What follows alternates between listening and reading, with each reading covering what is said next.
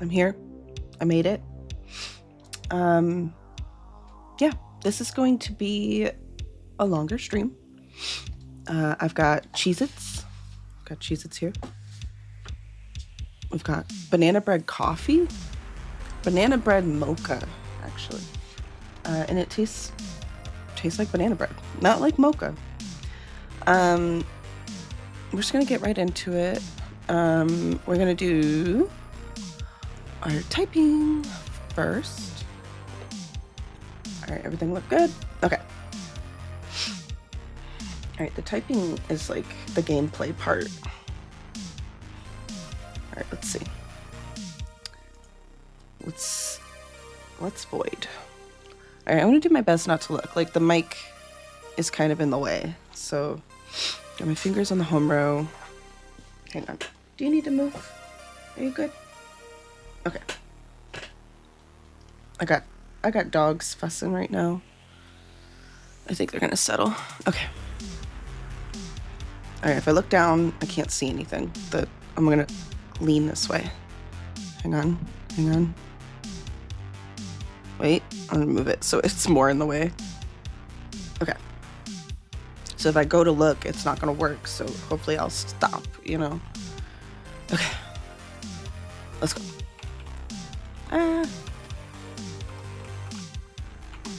And it's like I'm gonna jinx myself, but I always tend to do better. Shit. When I don't look. At least it feels better. Even if it's not like faster.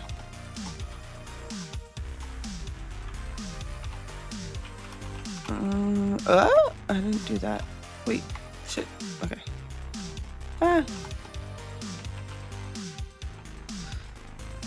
I took a computer class in 8th grade. And we did Mavis Beacon teaches typing. And my teacher did not like me because I phoned it in like as much as I could. I regret it now.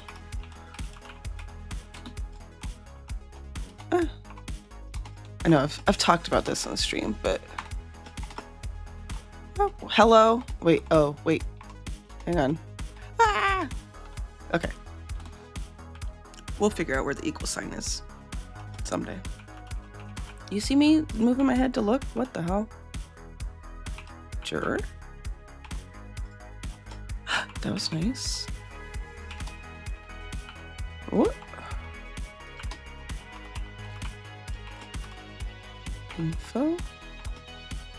This would be a very accurate read of my typing speed. I may have hit caps lock. I did. Okay. I was like, shit. Where are we? Okay.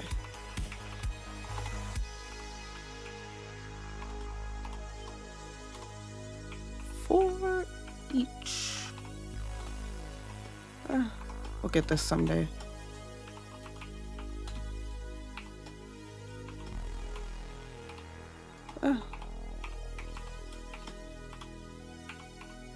Engine? Engines? Shit. Where is it?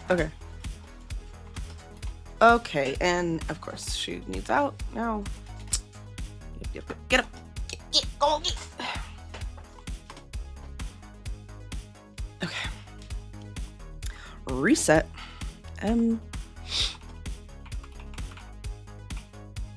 Shit. That. Add.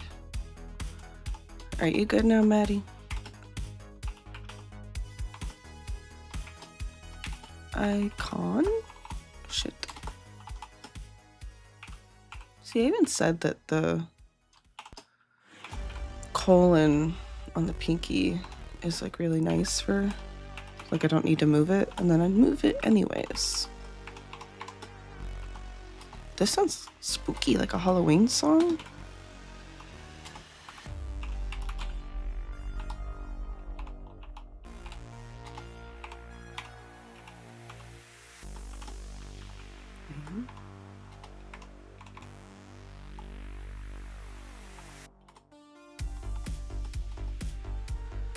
need to look for that one. I am going through my paces here. Current X? Oh, I was like, where the hell is X?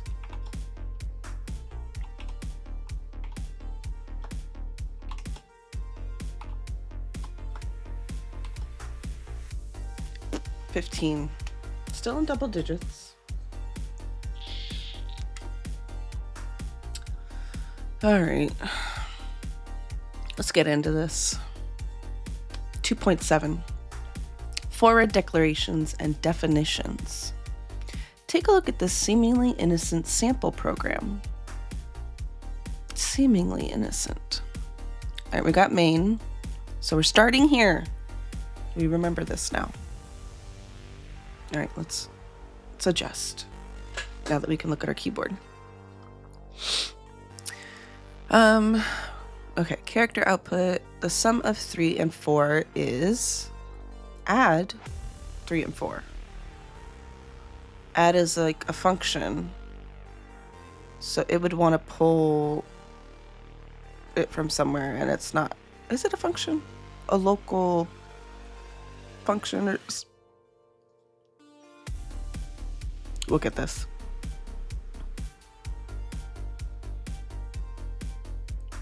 And then return 0. So that's the end of main.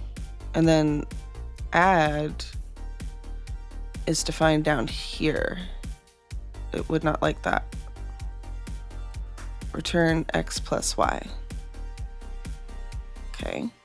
You'd expect this program to produce the result. The sum of 3 and 4 is 7.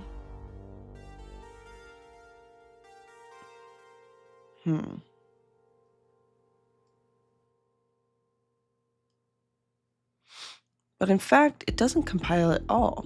Visual Studio produces the following compile error.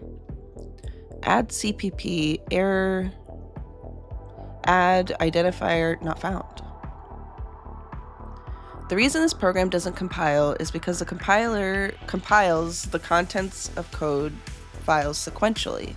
When the compiler reaches the function call add on line 5 of main, it doesn't know what add is, because we haven't defined add until line 9 of the exclamation point. That produces the error identifier not found. Older versions of Visual Studio would produce an additional error. Add CPP, error add, redefinition, previous definition was formerly unknown identifier. What? This is somewhat misleading given that add wasn't ever defined in the first place. Despite this, it's useful to generally note that it is fairly common for a single error to produce many redundant or related errors or warnings. It can sometimes be hard to tell whether any error or warning beyond the first is a consequence of the first issue or whether it's an independent issue that needs to be resolved separately. Okay. Best practice. When addressing compilation errors or warnings in your programs, resolve the first issue listed and then compile again. To fix this problem, we need to address the fact that the compiler doesn't know what add is. There are 2 common ways to address the issue. Option 1, reorder the function definitions. Right, put the function up here and then have main down here, so it'll go to reference it above it. One way to address the issue is to reorder the function definitions so add is defined for main. That way, by the time main calls add, the compiler will already know what add is. Because this is such a simple program, this change is relatively easy to do. However, in a larger program, it can be tedious trying to figure out which functions call which other functions, and in what order, so they can be declared sequentially. Furthermore, this option is not always possible. Hello, made it. Let's say we're writing a program that has 2 functions, A and B. If function A calls function B, and function B calls function A, then there's no way to order the functions in a way that will make the compiler happy. If you define A first, the compiler will complain it doesn't know what B is. If you define B first, the compiler will complain that it doesn't know what A is. So, option 2, use a forward declaration.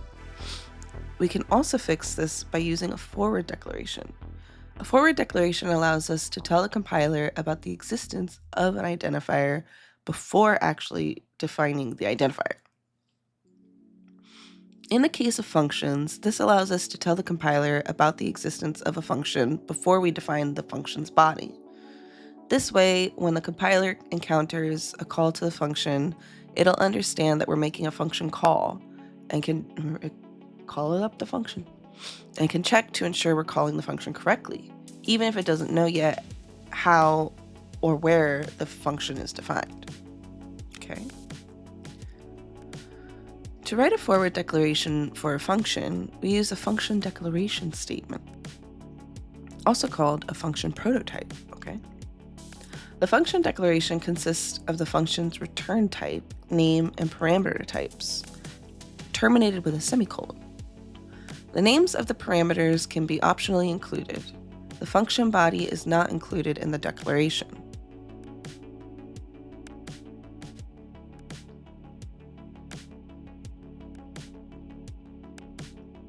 I need to read that. Hang on. So you don't optionally include. You don't need to name the parameter. The function body is not included in the declaration.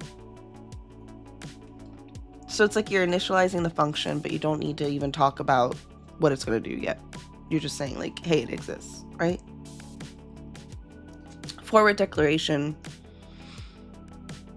like, hey, I'm just going to give you a heads up. I'm going to be talking about this function, right?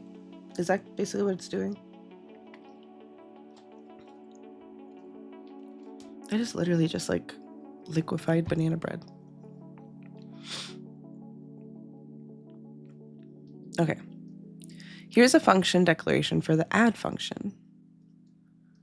Function declaration includes return type. Function declaration includes return type, name, parameters, and semicolon. No function body. So don't even talk about what it's going to do. Now here's our original program that didn't compile, using a function declaration as a forward declaration for function add.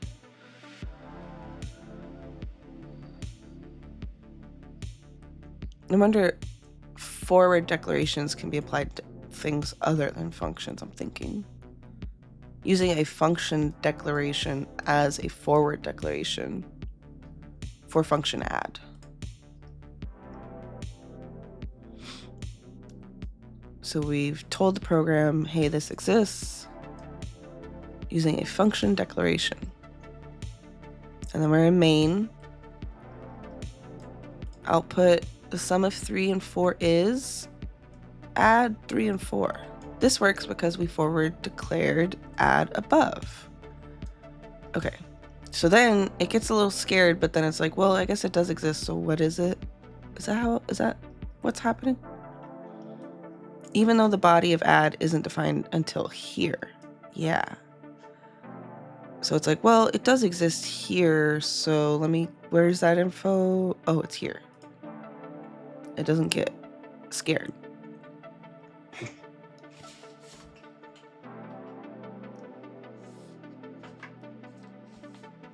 Are you good?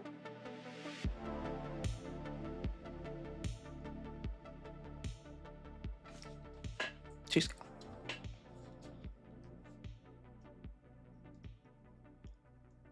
Now when the compiler reaches the call to add in main, it will know what add looks like. A function that takes 2 integer parameters and returns an integer. And it won't complain. It is worth noting that function declarations do not need to specify the names of the parameters, as they are not considered to be part of the function declaration. In the above code, you can also forward declare your functions like this. Int. We don't know what it's going to be, but it's going to be some numbers, okay? Valid function declaration. However, we prefer to name our parameters using the same names as the actual function. This allows you to understand what the function parameters are just by looking at the declaration. For example, if you were to see the declaration void do something int, you may think you remember what each of the parameters represent, but you may also get it wrong. I see. So that's like the title. Okay. And int makes it like a variable title, but they'd rather not be variables so that you know. Also, many automated documentation generation tools will generate documentation from the content of header files, which is where declarations are often placed. We discuss header files and declarations in lesson 2.11, header files. Best practice, keep the parameter names in your function declarations. Tip, you can easily create function declarations by copy and pasting your function's header and adding a semicolon. Okay. Why forward declarations? You may be wondering why we use a forward declaration if we could just reorder the functions to make our program work. Most often, forward declarations are used to tell a compiler about the existence of some function that has been defined in a different code file. Right. It's in a completely different file. So it's like, hey, I need to let you know you need to be accessing this file before you get to main. Reordering isn't possible in this scenario because the caller and the callee are in completely different files. We'll discuss this in more detail in the next lesson. I didn't realize, I thought this would be later. We'd do stuff with other files. 2.8, programs with multiple code files. Uh-oh. We're getting into it. Forward declarations can also be used to define our functions in an order agnostic manner. What? This allows us to define functions in whatever order maximizes organization. Okay. By clustering related functions together or reader understanding. Less often, there are times when we have two functions that call each other. Reordering isn't possible in this case either, as there's no way to reorder the functions such that each is before the other. Forward declarations give us a way to solve such circular dependencies. Woohoo! Forgetting the function body. New programmers often wonder what happens if they forward declare a function but do not define it. The answer is it depends. If a forward declaration is made, but the function is never called, the program will compile and run fine. However, if a forward declaration is made and the function is called, but the programmer never defines the function, the program will compile okay, but the linker will complain that it can't resolve the function call. Consider the following program. Alright, we got add, x and y, forward declaration of add. And now we're in main. Character output, sum of 3 and 4 is add 3 and 4. No definition for function add. Okay, so we basically we put a title and then we didn't put any body for what add does. In this program, we forward declare add and we call add, but we never define add anywhere. When we try to compile this program, Visual Studio produces the following message.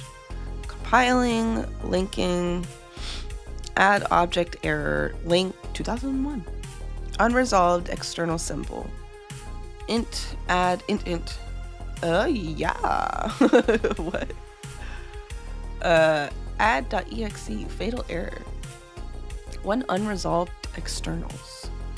As you can see, this program compiled okay, but it failed at the link stage because int, add, int was never defined. Other types of forward declarations. Forward declarations are most often used with functions. However, forward declarations, so here we are. Forward declarations can also be used with other identifiers in C++, such as variables and types. Variables and types have a different syntax for forward declaration, so we'll cover these in future lessons. Okay, because this is like the functions chapter. Declarations versus definitions. In C++, you'll frequently hear the words declaration and definition used. and often interchangeably. What do they mean? You now have enough fundamental knowledge to understand the difference between the two. A declaration tells the compiler about the existence of an identifier and its associated type information. Here are some examples of declarations. We are declaring add. We are declaring X. Tells the compiler about a function named add that takes two int parameters and returns an int, no body. And then int X tells the compiler about an integer variable named X. A definition is a declaration that actually implements, for functions and types, or instantiates, for variables, the identifier. Here's some examples of definitions. Because this function has a body, it is an implementation of function add. So we got add, instantiates variable z. Like, the definition is literally like, this is what z is. Here's the information for z. Instantiates variable x. Right? C++, all definitions are declarations. Therefore, int x is both a definition and a declaration. I was a little like, They both were there, but that makes sense. Okay.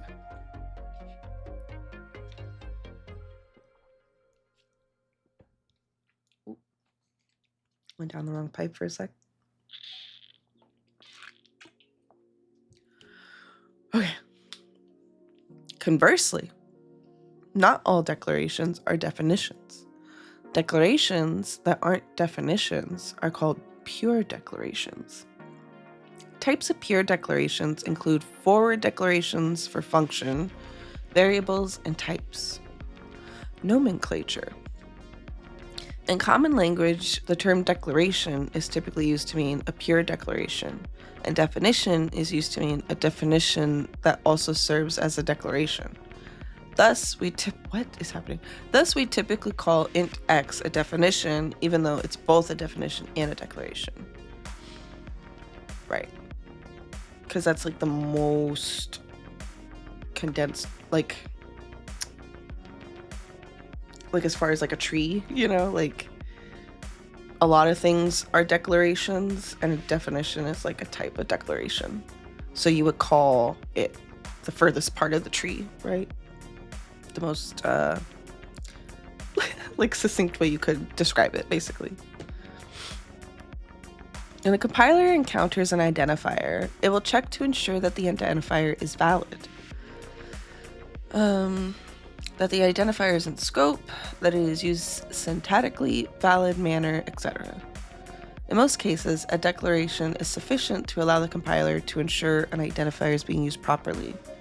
For example, when the compiler encounters function call add, 5 and 6, if it has already seen the declaration for add and int, then it can validate that add is actually a function that takes two int parameters. It does not need to have actually seen the definition for function add, which may exist in some other file. However, there are a few cases where the compiler must be able to see a definition in order to use an identifier, such as for template definitions and type definitions, both of which we'll discuss in future lessons.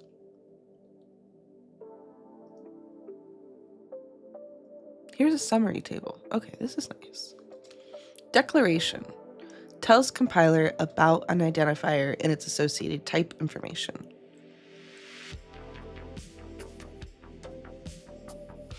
Void foo, void goo,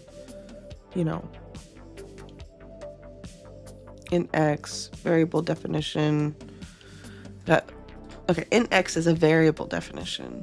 Void goo is a function definition and has a body. Okay, because of the curly braces.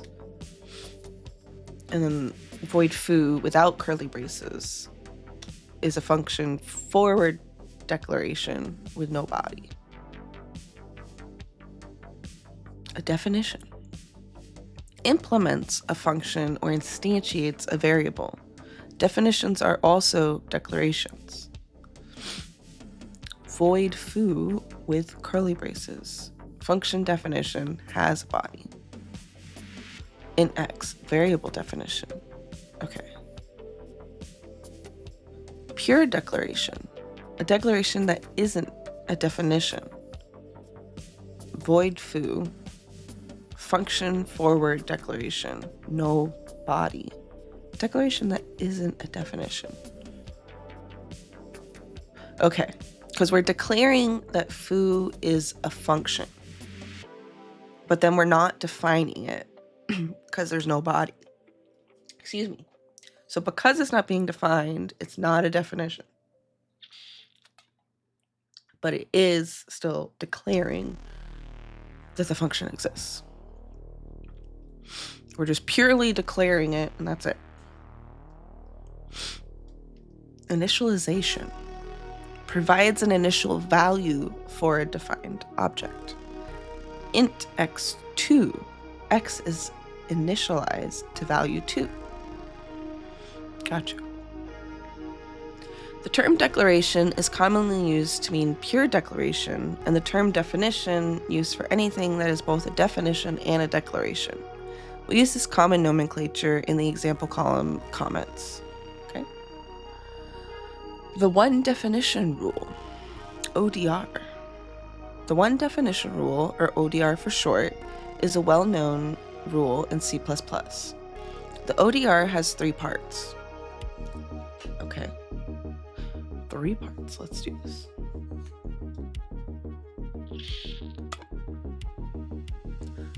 Within a file, each function, variable, type, or template in a given scope can only have one definition.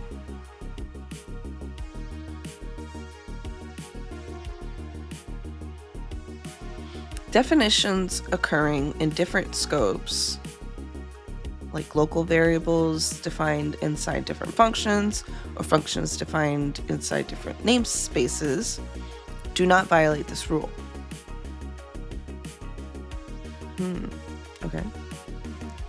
Within a program, each function or variable in a given scope can only have one definition. This rule exists because programs can have more than one file. We'll cover this in the next lesson. Functions and variables not visible to the linker are excluded from this rule. Discuss further in lesson 7.6, internal linkage.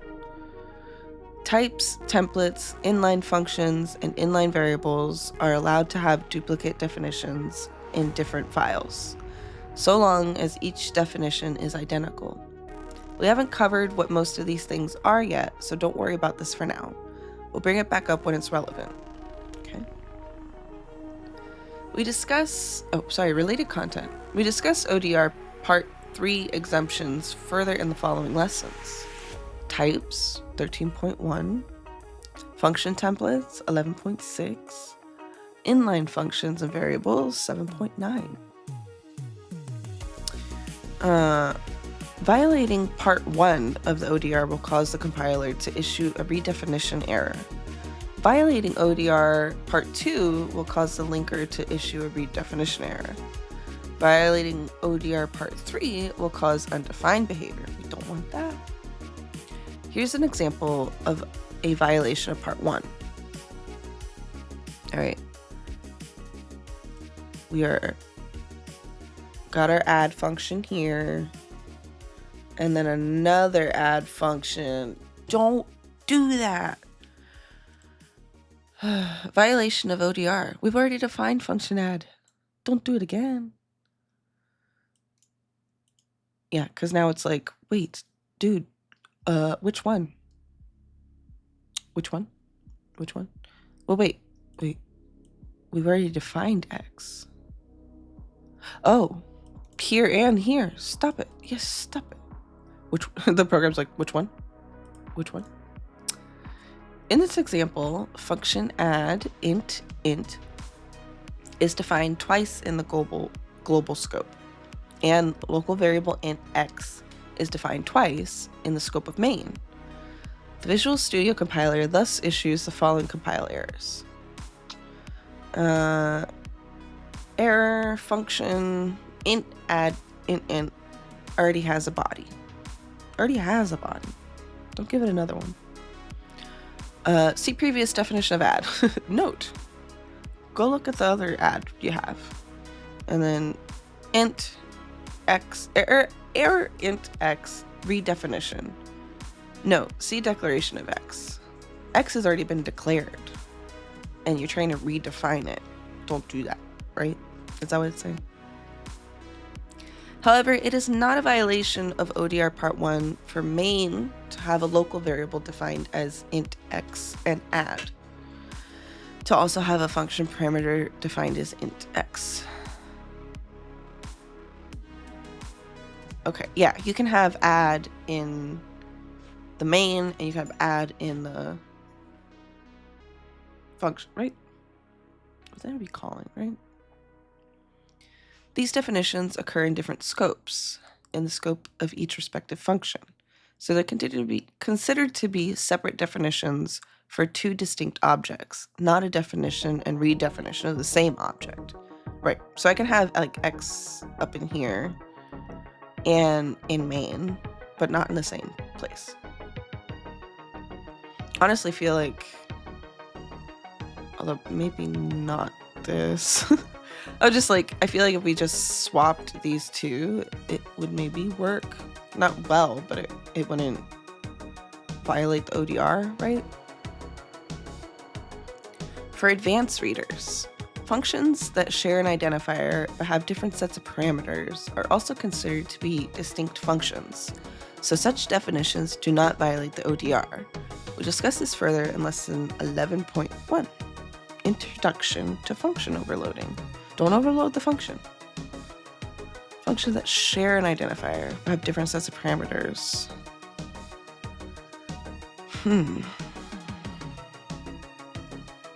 Yeah, if there's like too many functions for it to try and pull from, is it gonna get confused?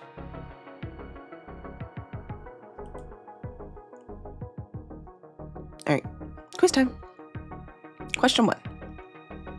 What is a function prototype? Right, it said prototype, but I was like, what? That's the function declaration. It said function declaration or function prototype, and I was like, that's weird, right? Function prototype is a declaration statement that includes a function's name, return type, parameter types, and optionally the parameter names. It does not include the I didn't explain it at all. I'm just like the other name it said.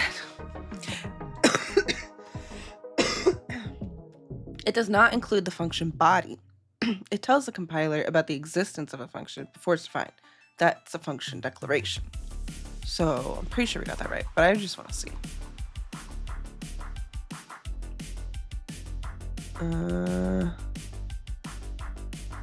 Prototype.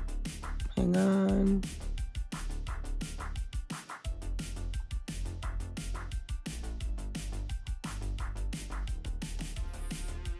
I think it was like here. Yeah.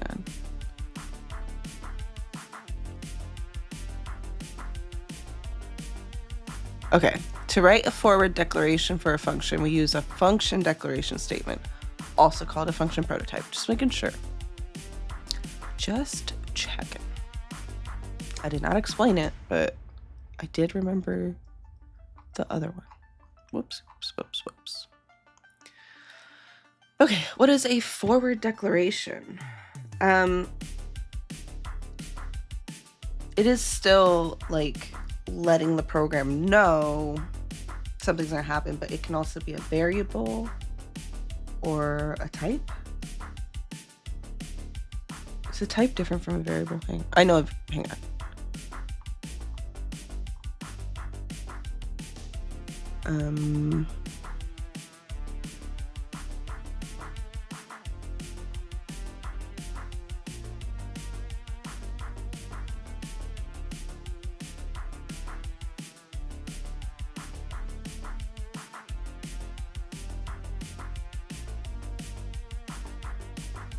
Where was it that it said it?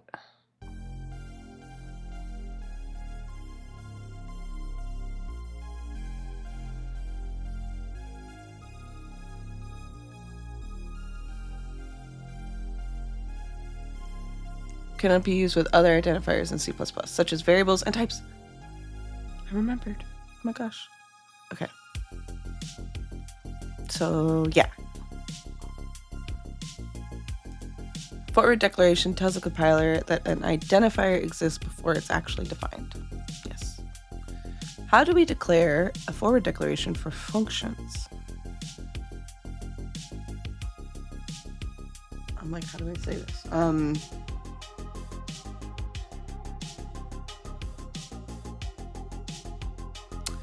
You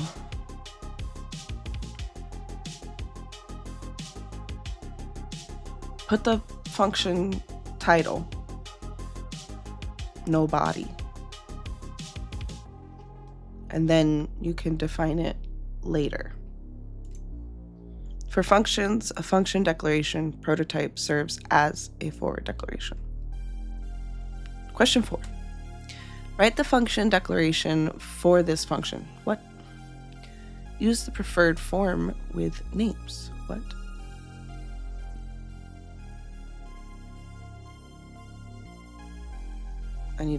I don't understand what it's asking here. Give me a second.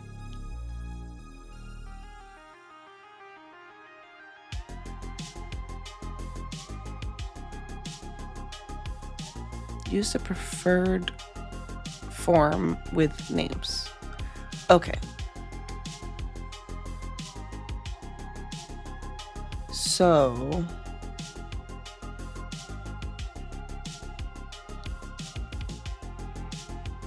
all right.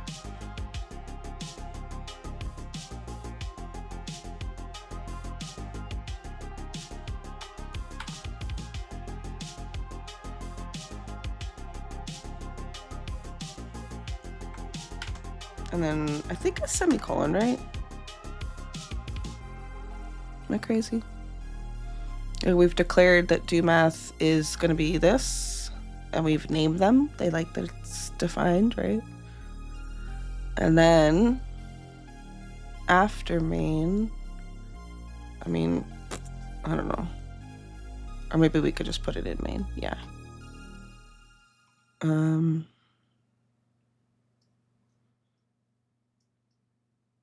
We're going to then, hang on.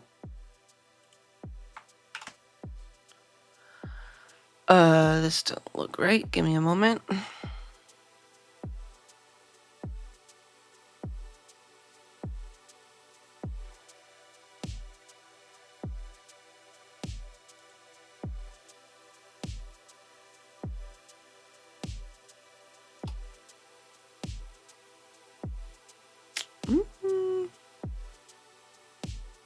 It shouldn't say return, right? It should say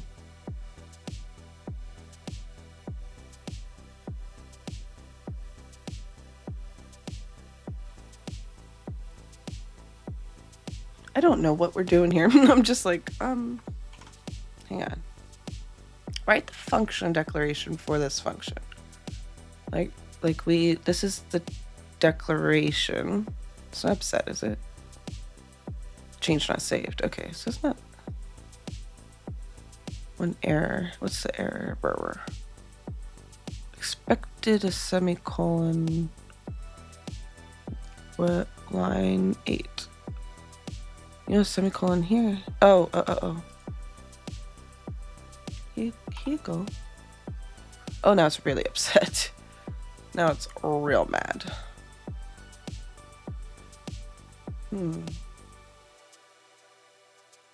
Actually, I think we can like...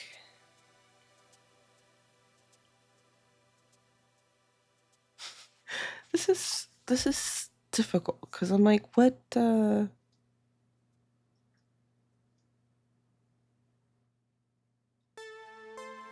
First plus second times third divided by fourth.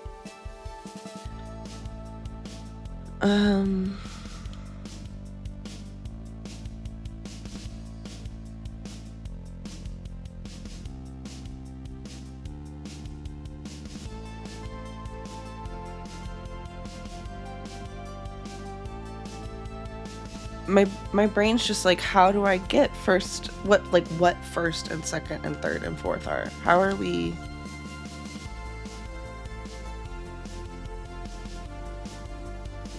I know I feel a little too autistic. I'm like, am I supposed to replace first, second, third, and fourth with numbers?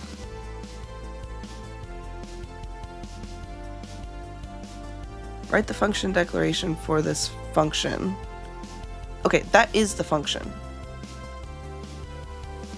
So we should have this outside of main. This feels correct to me.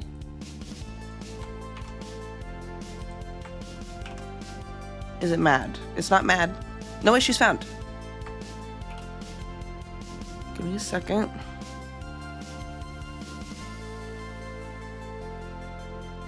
Because we've put the function under main.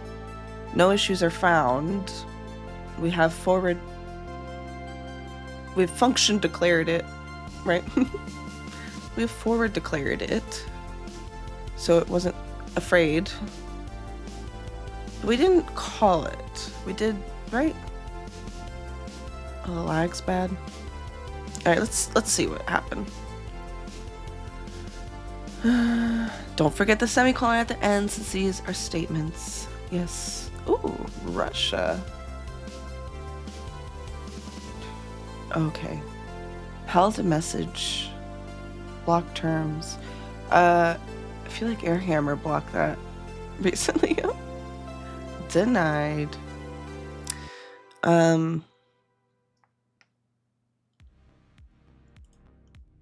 Let's see. We did not do this right, but well, we did, because like we did write it. They just wanted that. That's all they wanted, and I made sure we did like the whole ass program. Okay. Even though it didn't ever call it or use it, it's not upset that it's there. That's all we could ask for.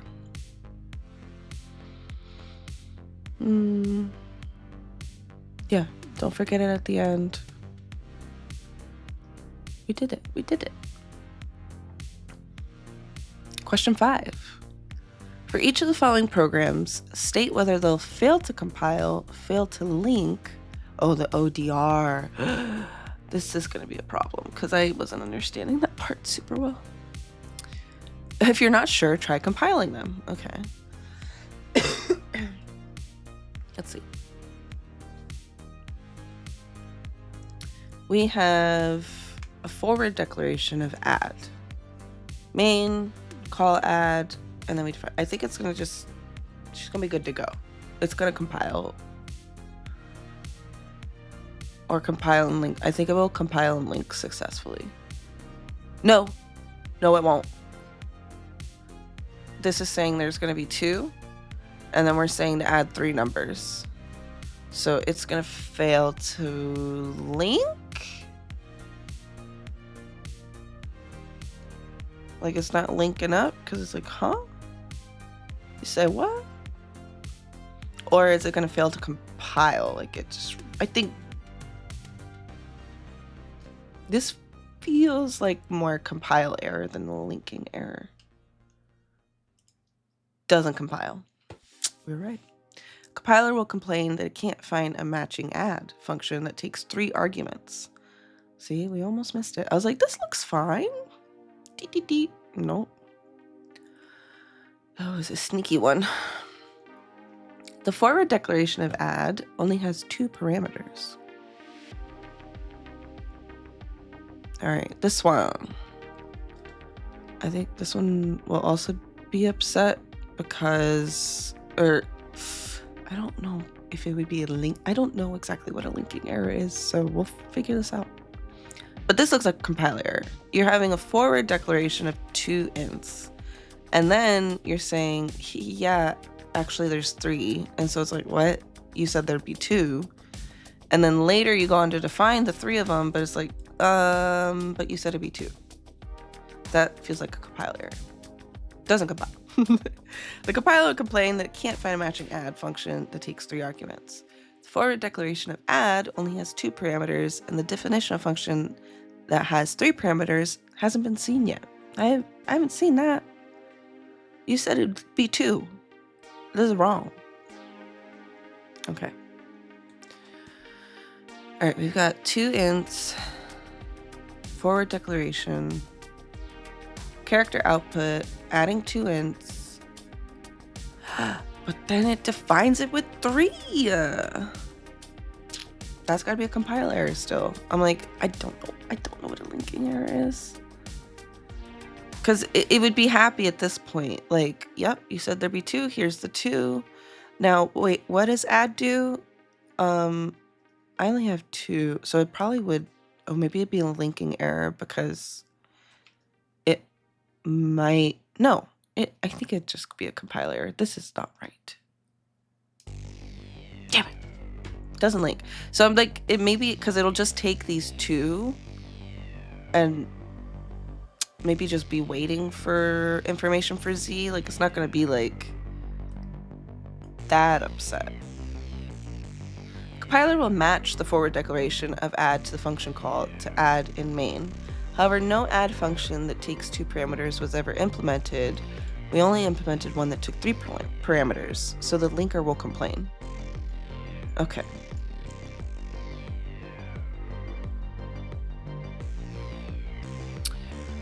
Names don't match the declaration. Z, Y, X. Ooh. That's gotta be a linking error then. This is gonna be all over the place. Well, I think if you're defining it, it does need to be the same. Like, we swapped those and they're different titles. And they're not gonna link properly. Right? Damn it. Compiles and links. The types in the function call to add matches the forward declaration, and the definition of add also matches. The fact that the names don't match the declaration doesn't matter, as the names in a declaration are optional, and if provided, ignored by the compiler. I see. So it's more for us, and if you did it wrong, then you're just the silly one. Okay.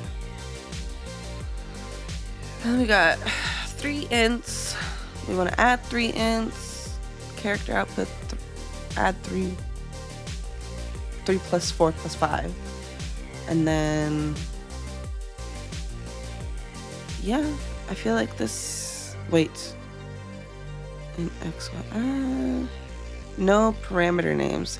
I feel like this will work because it's optional. Especially the int is just saying, hey, it'll be ints. I'll define it later. And then it is defined later. Right? Compiles and links. This is the same as the prior case. Function declarations do not need to specify the names of the parameters, even though we generally prefer to include them. Okay. Okay, excellent.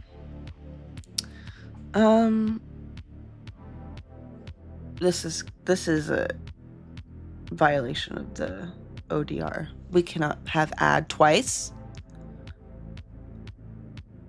We have a forward statement because it's like still in scope, right? Because the curly braces are what determine scope, and so these 2 are like in each other's scope. Like, this town ain't big enough for the 2 of us. You need to go and get over after main. So it is not going to compile. It is going to be upset. Damn it. Or it's fine. Compiles and links. The forward declaration of add with 2 parameters is not used. Or is this a different title because there's a third? So it's like 2 different adds. We want the add with 2, or do we want the add with 3? This is a forward declaration and this is a function. And main called for the function. So it didn't even use the forward declaration.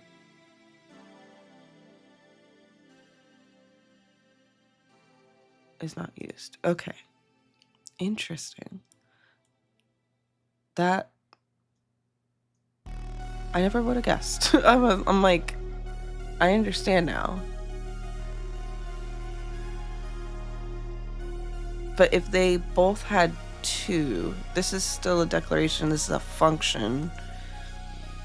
I still think, or I think if it were like this, it wants the function before main.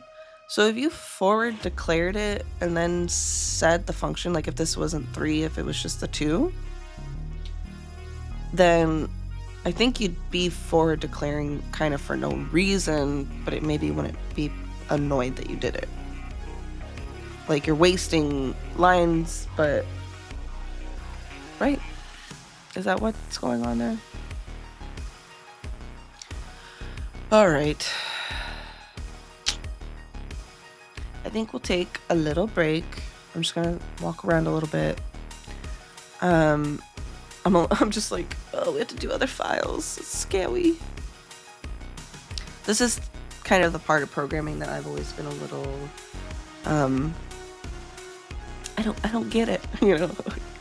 But you know, we're here and we're gonna get it. So I will be back shortly.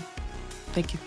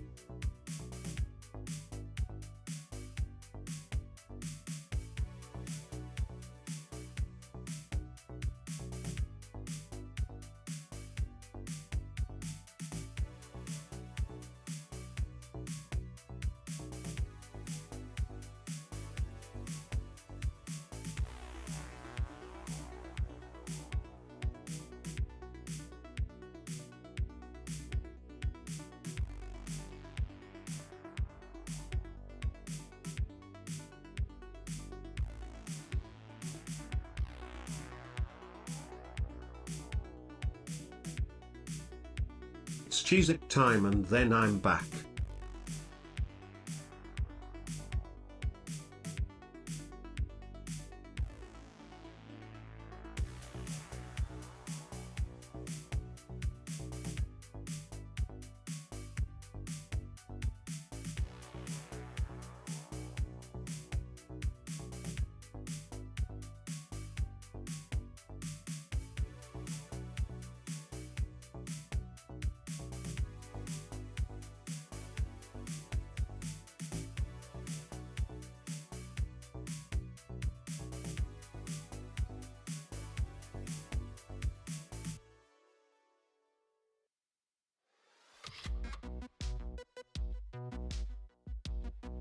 Installation.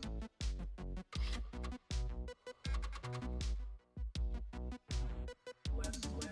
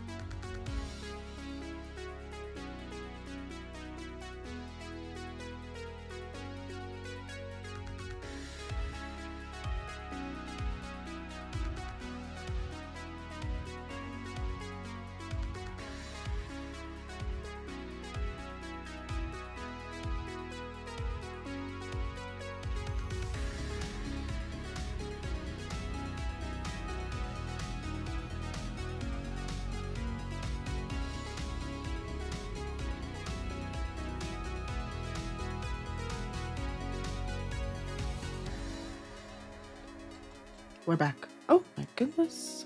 We're taking notes. Okay. Walked around. Thought about Lincoln Files. So let's do it. 2.8. Programs with multiple code files. Adding files to your project. As programs get larger, it is common to split them into multiple files for organizational or reusability purposes. One advantage of working with an IDE is that they make working with multiple files much easier. You already know how to create and compile single file projects. Adding new files to existing projects is very easy, okay? I assume it's these tabs, right? These tabs. Like, I'll have all the files I need opened in these little tabs. Buttercup, do you need uppies? Do you want uppies? What do you need? Oh, she's begging for something. What do you need? I think she wants to cheese it. No. Up.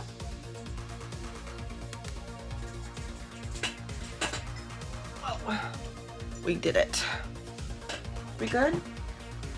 She's like, now give me a cheese it. She gets one cheese it.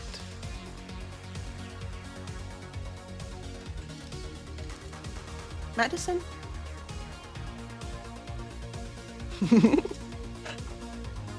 Okay. You already know how to create and compile single file projects. Adding new files to existing projects is very easy. Best practice. When you add new code files to your project, give them a .cpp extension, okay? For Visual Studio users, in Visual Studio, right-click on the Source Files folder. Hello World. Oh, hang on. Right-click on the Source Files folder or the project name in the Solution Explorer window and choose Add New Item. Okay, we're going to add a new item, an existing item. That's fun. Make sure you have C++ file.cpp selected. Give the new file a name and it'll be added to your project. Note, your Visual Studio may opt to show you a compact view instead of the full view shown above. You can either use the compact view or click Show All Templates to get the full view. I said above, but this is below. Show All Templates, okay.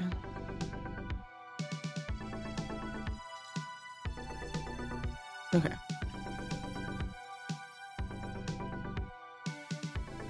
And we'll call it Add.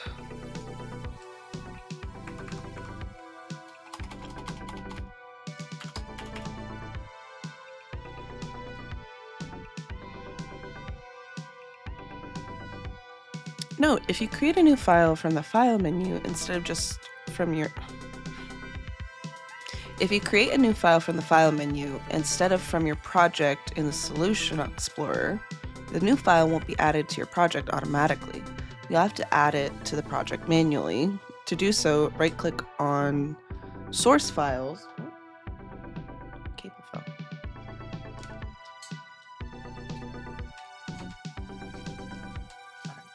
Okay.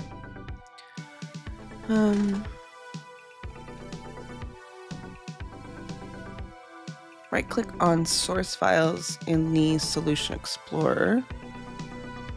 Okay. It's kind of covered by chat, but you can see source files there.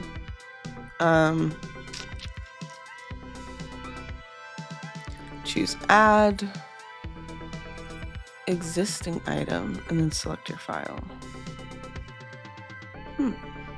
Now when you compile your program, you should see the compiler list. Girl, no more cheese it.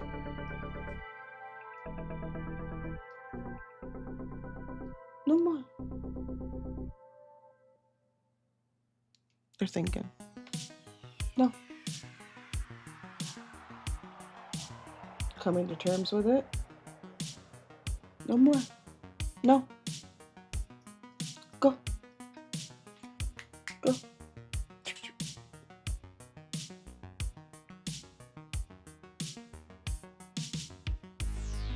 feel like there's so many thoughts happening for her right now.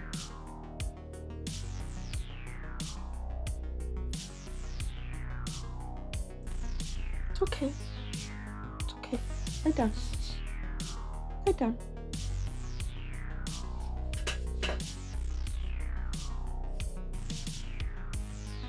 Lie down. Go. Lie down. It's like, I don't wanna. She's stinky.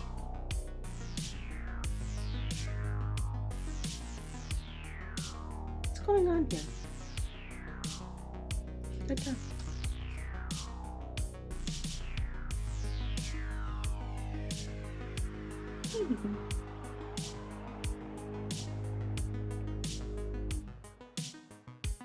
Are you so baby? Her little tail wagging. Okay. She'll figure it out. She'll figure out what she wants. So that's a note. So I'm pretty sure it has already linked it the way we did it the first time. Right? If I go from the file menu instead of right clicking, I see. I'm gonna do add.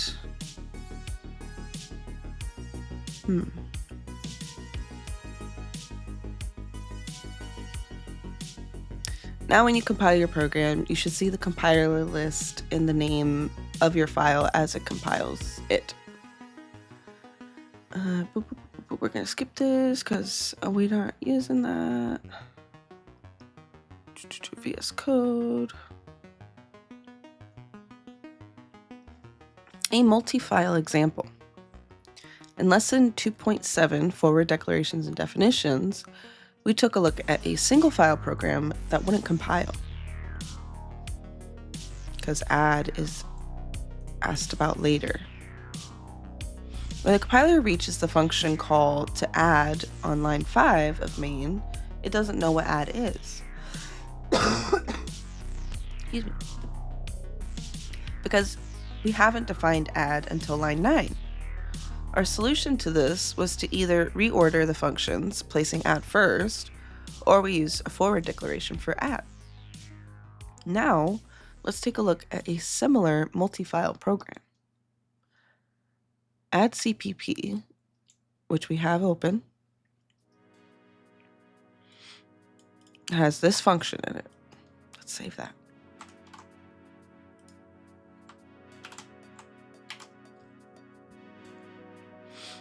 And then our main, maybe this should be called main. Can I rename it here? Edit. File. Is there no easy way to rename the file?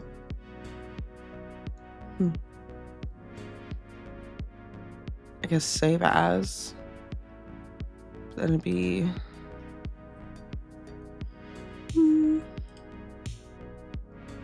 Hello. Call it main.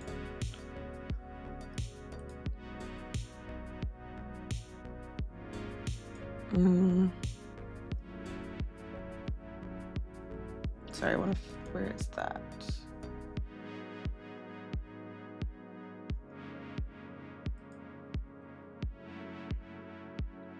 Save as lessons. That's where I put it. Okay.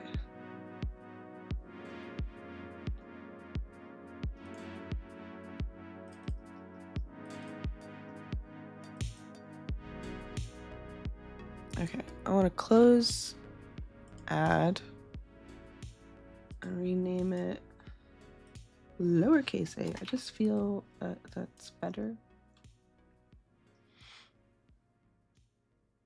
And then we're going to open it again. Oh, but it still shows it as uppercase. Okay, well then let's save as. Add. Yes.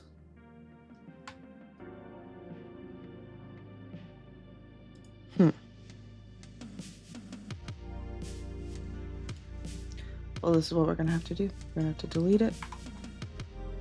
And then just gonna have to do this again. Wait.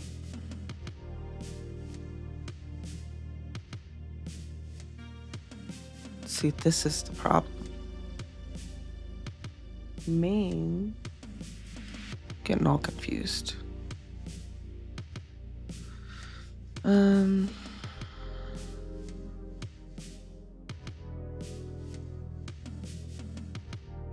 See, this is gonna be the part where I have to like kind of learn how like Visual Studio works.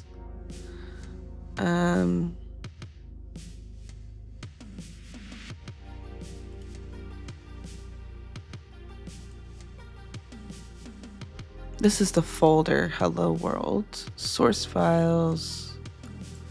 Okay, we're gonna add existing item, main. I'm gonna add existing item. Okay, actually we're gonna remove. There's rename on the source file. So now we can just boop, boop. Oh, it's upset. It's been renamed, deleted, or moved. Well, just let's delete it then. It's like I just delete it. Who needs it, you know? So let's do add new item. Let's delete it over there. Okay. And then we're gonna do a lowercase. Add.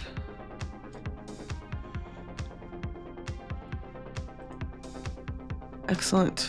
Sorry. Now we have main and we have add.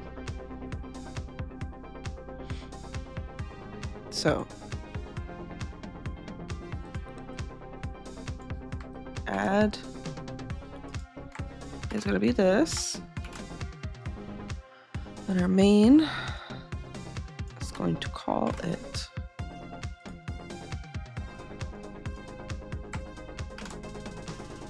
Bella.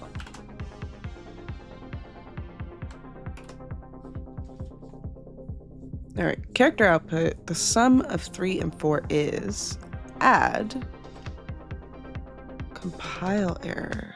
I was gonna be upset with this. Add is undefined. The compiler may compile either add CPP or main CPP first. Either way, main CPP will fail to compile, giving the same compiler error as the previous example. Identifier not found. The reason is exactly the same as well.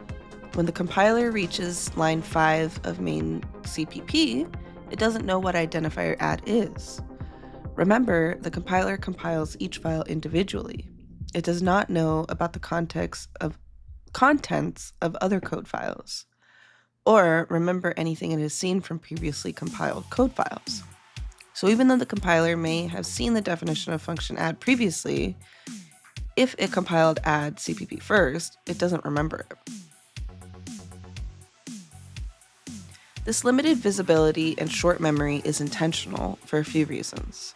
It allows the source files of a project to be compiled in any order. When we change a source file, only that source file needs to be recompiled.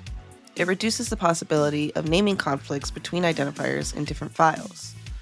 We'll explore what happens when names do conflict in the next lesson, 2.9, naming collisions and an introduction to namespaces.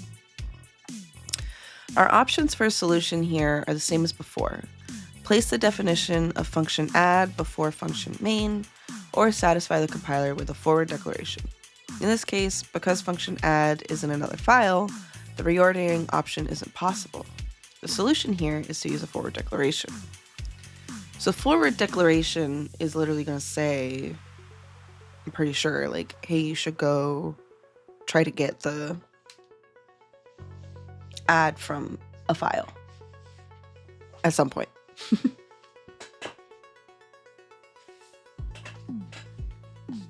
Okay. Sat up straight. Let's get some hydration.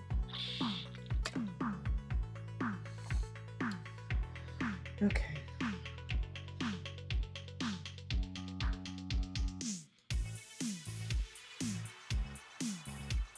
needed so that main knows that add is a function defined elsewhere. So it will look elsewhere.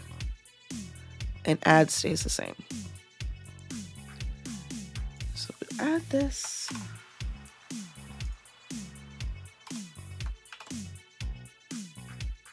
You happy?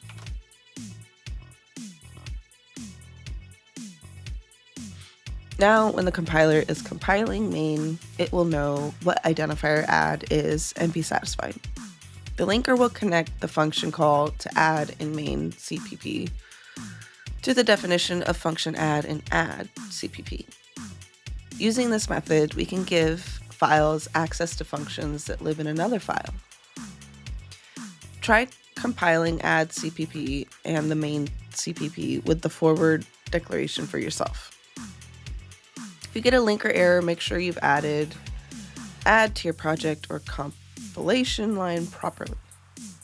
Tip: because the compiler compiles each code file individually and then forgets what it has seen, each code file that uses character output or character input needs to include IOStream.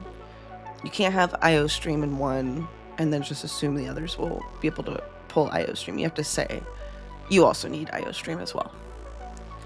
In the above example, if add CPP had used character output or character input, it would have needed to include the IOStream. Key insight: when an identifier is used in an expression, the identifier must be connected to its definition. If the compiler has seen neither a forward declaration nor a definition for the identifier in the file being compiled, it will error at the point where the identifier is used. Otherwise, if a definition exists in the same file, the compiler will connect the use of the identifier to its definition. Otherwise, if a definition exists in a different file and is visible to the linker will connect the use of the identifier to its definition.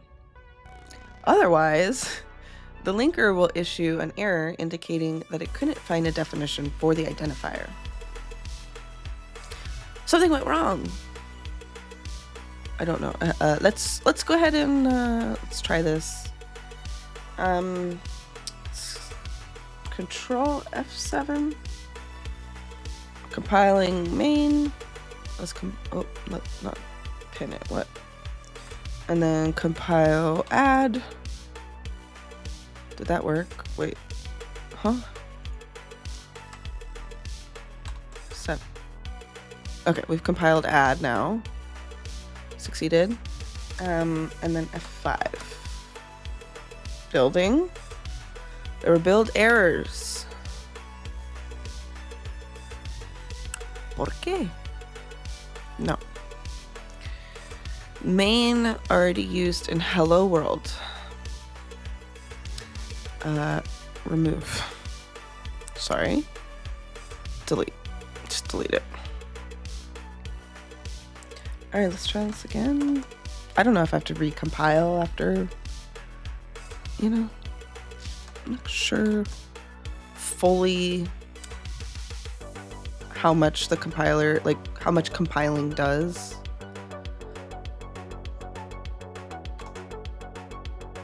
Okay. The sum of 3 and 4 is 7. That worked. Okay. Hello world is gone now. I killed it. We are now main CPP. Although the folder is called hello world, look, the file should be main, right? It's like the project folder is hello world. And then my main file that I'm working with is main, right? Something went wrong. There are plenty of things that can go wrong the first time you try to work with multiple files. If you tried the above example and ran into an error, check the following. If you get a compiler error about add not being defined in main, you probably forgot the forward declaration for function add in main CPP. If you get a linker error about add not being defined, unresolved external symbol. Yeah. Referenced in function main. 2A. The most likely reason that add CPP is not added to your project correctly. When you compile, you should see the compiler list both main CPP and add CPP. Oh. If you only see main, then add CPP, definitely isn't getting compiled. So like if I go to like hello worlds and then hit F5 or F7, I mean. Okay, that didn't do anything. Source files, F7. I had to do them individually. Like let's go to main and I should see add, right? So F7.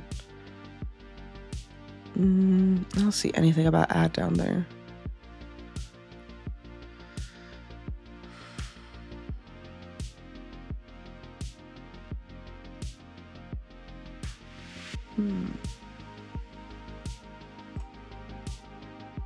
I do see it.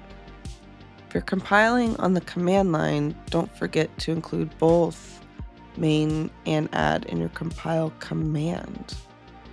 Huh? What does that mean? You didn't tell me what that means. My compile command line. If you're compiling on the command line, so like this is the command line down here. Oh, is there maybe like an option, like a button? Show output from build order?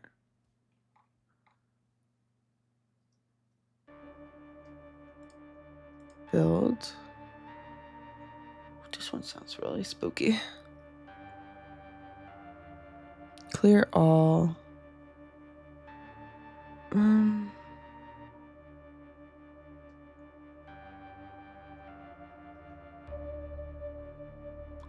How do we say compile? No, this isn't a command line. Like I can't type there. This is output.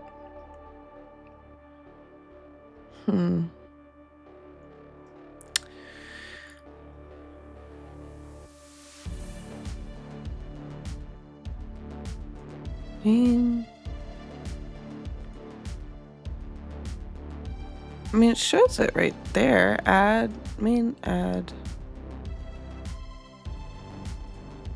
Are you guys linked up?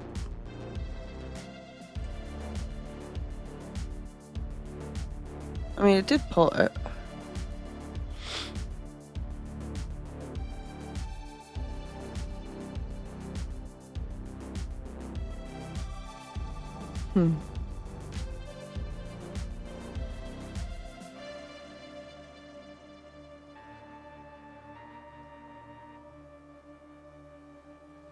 Run code cleanup. That's interesting. From the command line.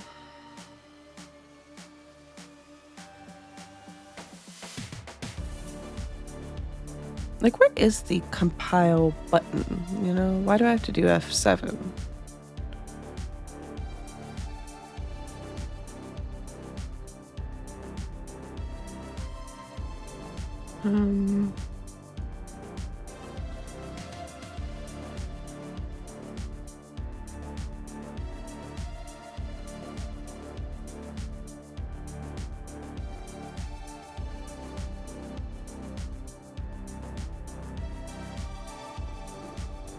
Wait, no.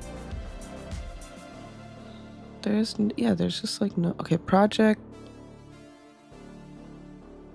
or build.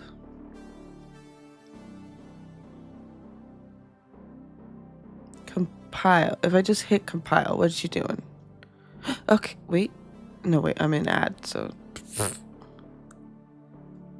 Main, and then I'll hit build, compile. I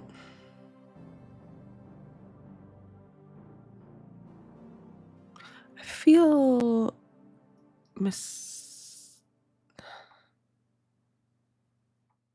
like a misunderstanding.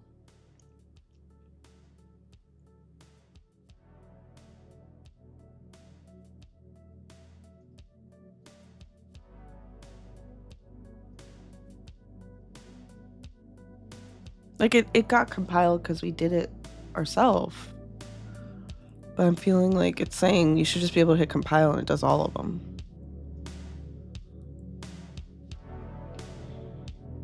Well, let's just keep reading. Maybe we'll understand more. It's possible that you added add CPP to the wrong project. It's possible that the file is set to not compile or link. Check the file properties and ensure that the file is configured to be compiled linked.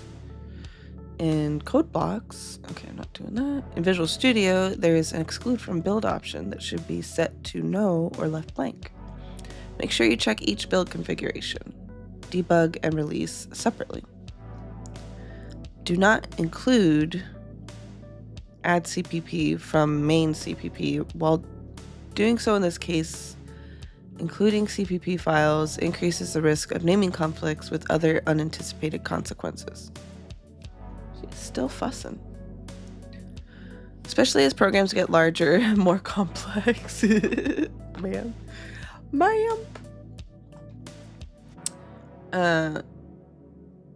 We discuss include further in lesson 2.10, introduction to the preprocessor. What?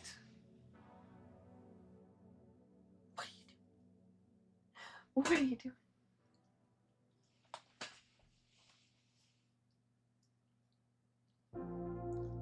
Are you back in?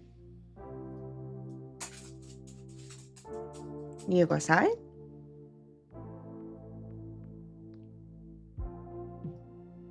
I think she's begging.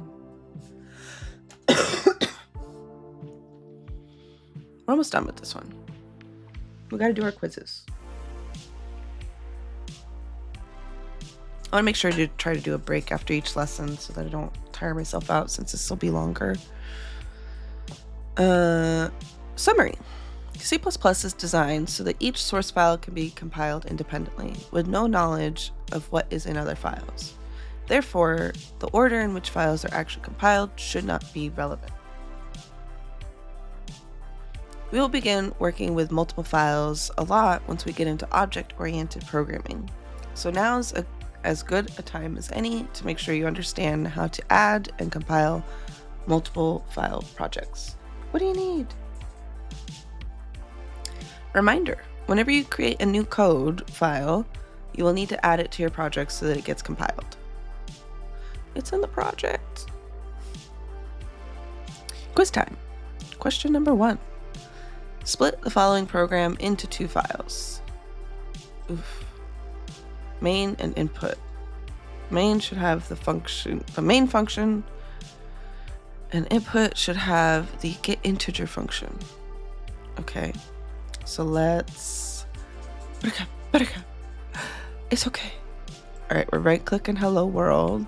Add new item. Gonna call it input. Oh, you guys can't see it. Input. Add.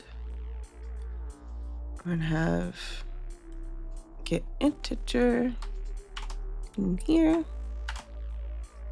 And it's going to character output, so we do need the includes. Buttercup. We got this, okay?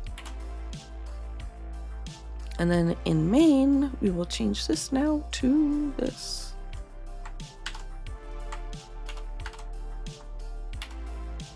Compile that. Oh, it's upset. And then we'll compile this. Okay, that was fine. Let's try to compile this again. All right. Oh, we don't have the include the IO stream, please.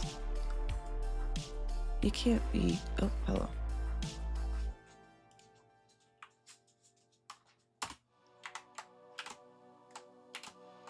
And compile.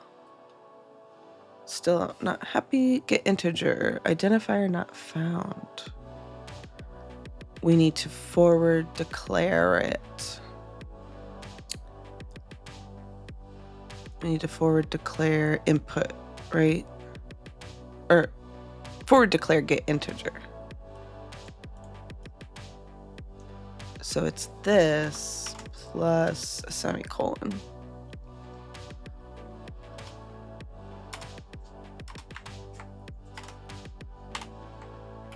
And then we'll compile.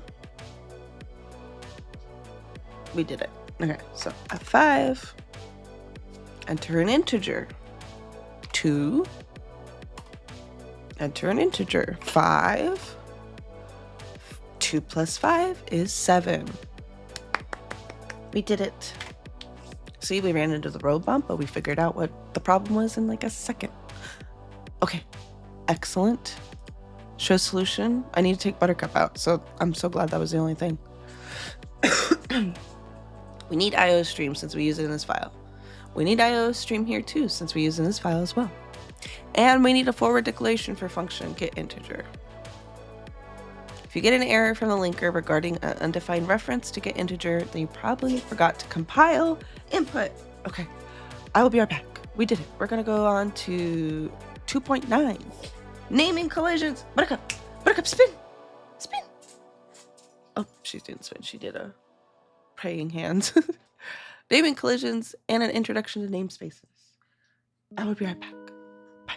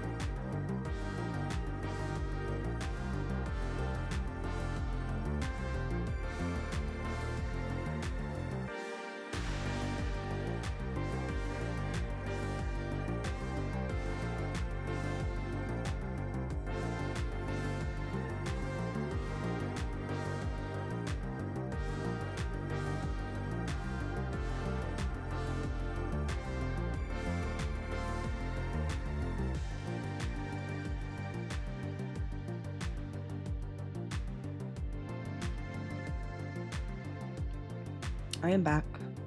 She went outside. She's in her window now in the living room.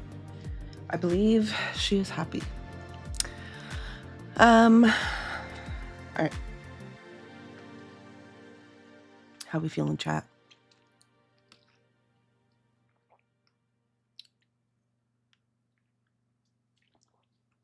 I feel like that was, I'm gonna skip this one. I'm gonna hear a new one. This is new. Yeah, it was a bit easier, I think. Honestly, we still haven't figured out why ads not working. Maybe I have to add it to main. Let me actually do that real quick. Remove, delete.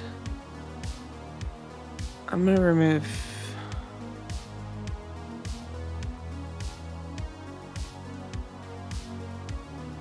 I'm gonna remove input.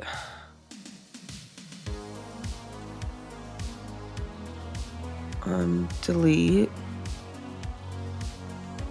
And I'm gonna right click main. Is there add? Maybe I shouldn't have done this. Okay, I can't add to main. It's like if I right click hello world. Add new item. Input.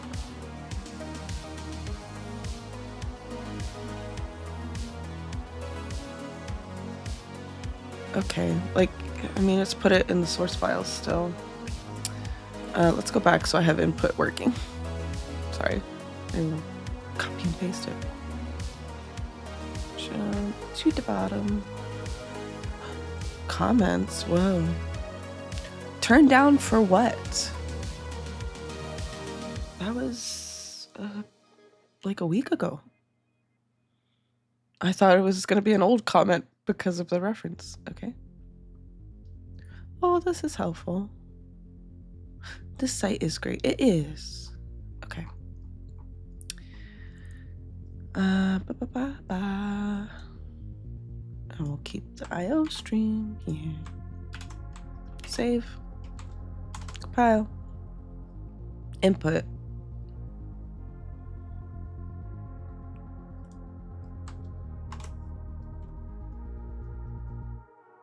Excellent. Okay. So that didn't work. Ooh. Your IQ is 140 if you name 10 of these historical figures. Okay.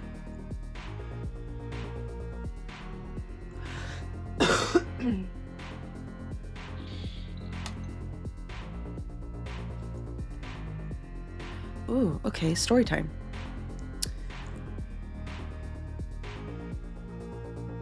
All right, naming collisions. So this is going to be like when your code has issues. It's how you learn C++ as well. Thank goodness. I had heard a lot of good things on Reddit, but that's good to hear.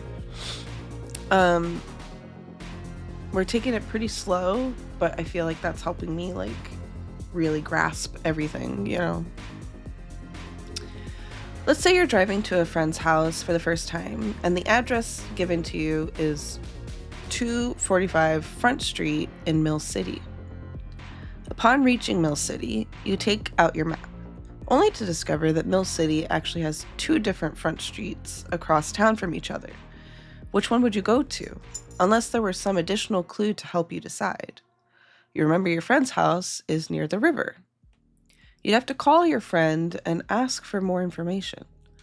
Because this would be confusing and inefficient, particularly particularly for your mail carrier, in most countries, all street names and house addresses within a city are required to be unique. Similarly, C++ requires that all identifiers be non-ambiguous. If two identical identifiers are introduced into the same program in a way that the compiler or linker can't tell them apart, the compiler or linker will produce an error. This error is generally referred to as a naming collision or naming conflict. If the colliding identifiers are introduced into the same file, the result will be a compiler error. If the colliding identifiers are introduced into separate files belonging to the same program, the result will be a linker error. An example of a naming collision. All right, in file A, we have my function. And in main, we have also my function. But they are different things. Okay. When the compiler compiles this program, it will compile A and main independently, and each file will compile with no problems. However, when the linker executes, it will link all the definitions in A and main together and discover conflicting definitions for function my function. The linker will then abort with an error. Note that this error occurs even though my function is never called. This just really does not like it that you used it twice. Most naming collisions occur in two cases.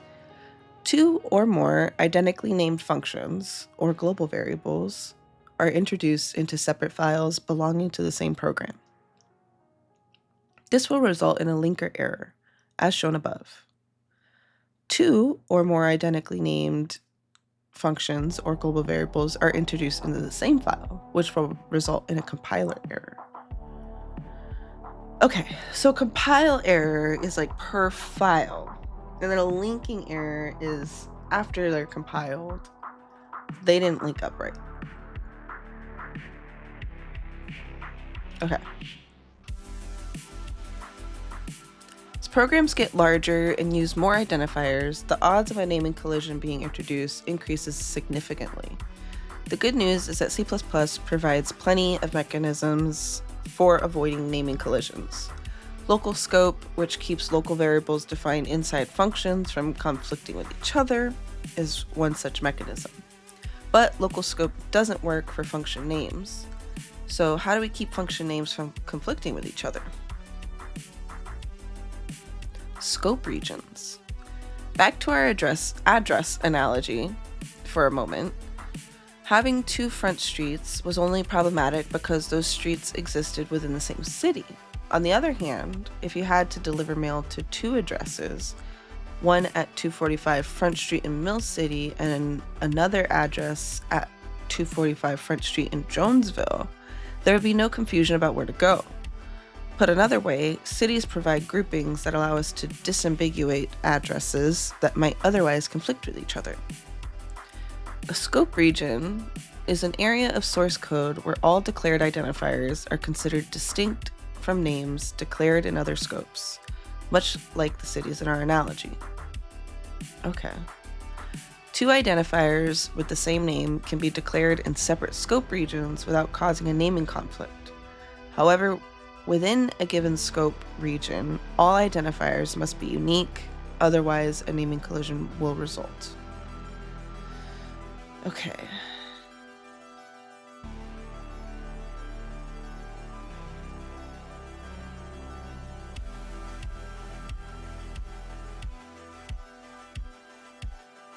The body of a function is one example of a scope region. Okay. Two identically named identifiers can be defined in separate functions without issue, because each function provides a separate scope region. There is no collision. However, if you try to define two identically named identifiers within the same function, a naming collision will result and the compiler will complain. Namespaces. A namespace provides another type of scope region called namespace scope. That allows you to declare or define names inside of it for the purpose of disambiguation. The names declared in a namespace are isolated from names declared in other scopes, allowing such names to exist without conflict. Key insight. A name declared within a scope region, such as a namespace, is distinct from any identical name declared in another scope. They're kind of losing me. I feel like when a point kind of gets repeated a couple of times, I'll get confused like what the differences are. You know what I mean?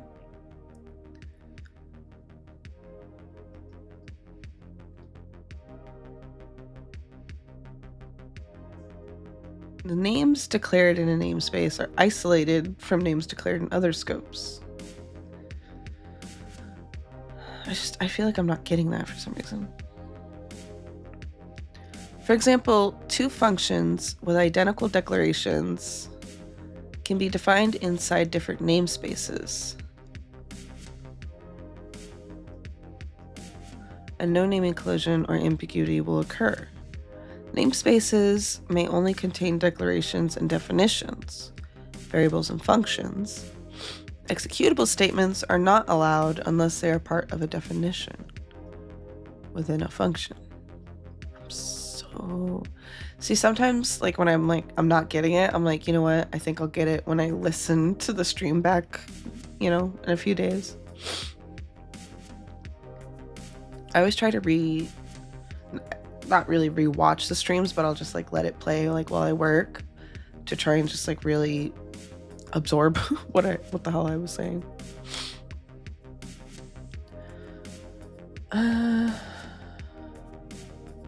Key insight. A namespace may only contain declarations and definitions. Executable statements are only allowed as part of a definition. Namespaces are often used to group related identifiers in a large project to help ensure they don't inadvertently collide with other identifiers. For example, if you put all your math functions in a namespace named math, then your math functions won't collide with identically named functions outside the math namespace. I'm still not getting it. I do understand what's being said. I think I'm not grasping what a namespace is. I need to like see it. I'm a visual learner. Yeah, maybe that's what we need. We'll talk about how to create your own namespaces in a future lesson. The global namespace. In C++, any name that is not defined inside a class, function, or namespace is considered to be part of an implicitly defined namespace called the global namespace, sometimes also called the global scope. It says global scope here. I don't know why. In the example at the top of the lesson, functions main and both versions of my function are defined inside the global namespace. The naming collision encountered in the example happens because both versions of my function end up inside the global namespace, which violates the rule that all names in the scope region must be unique. Maybe I understand. Is it like... No, I don't think I understand. I'm like, is it that like there's this area like before that they all kind of share? Like if you're gonna repeat a name, that it needs to be like inside of a curly brace, and when you're outside of a curly brace, then you're in the global scope, right? That's what I'm maybe understanding. I don't want to describe it in like simple terms and then it's wrong, you know. But that's what I'm picking up from it. We discussed the global namespace in more detail in 7.4. Okay. For now, there are two things you should know. Identifiers declared inside the global scope are in scope from the point of declaration to the end of the file. Although variables can be defined in the global namespace, this should generally be avoided. We discuss why in 7.8. Why non-constant global variables are evil. Oh my gosh. They're evil, man. Well, that feels like a very important lesson and we need to learn. For example, the IOStream imports the declaration of character output into the global scope. Oh. All of the following statements are part of the global namespace.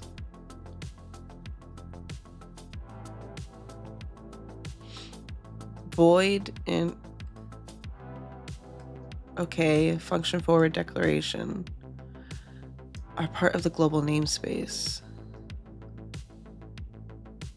I think I'm right. There's like this area here. We're in the global namespace, you know?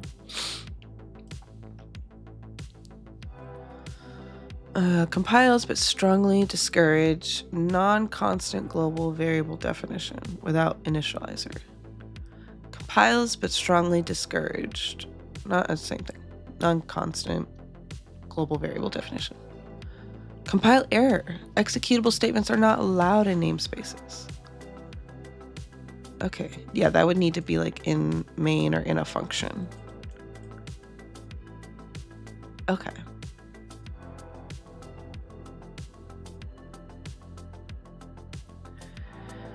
STD namespace. When C++ was originally designed, all of the identifiers in the C++ standard library, including character input, character output, were available to be used without the STD prefix. They were part of the global namespace. However, this meant that any identifier in the standard library could potentially conflict with any name you picked for your own identifiers, also defined in the global namespace. Code that was once working might suddenly have a naming conflict when you include a different part of the standard library. Or worse, code that compiled under one version of C++ might not compile under the next version of C++, as new identifiers introduced into the standard library could have a naming conflict with already written code. So C++ moved all the functionality into the standard library into a namespace named STD, short for standard. Turns out the standard character output name isn't really standard character output. It's actually just character output, and STD is the name of the namespace that identifier character output is part of. Because character output is defined in the standard space, the name character output won't conflict with any objects or functions named character output that we create outside of the standard namespace, such as in the global namespace. Key insight. Whoa. This song. Okay.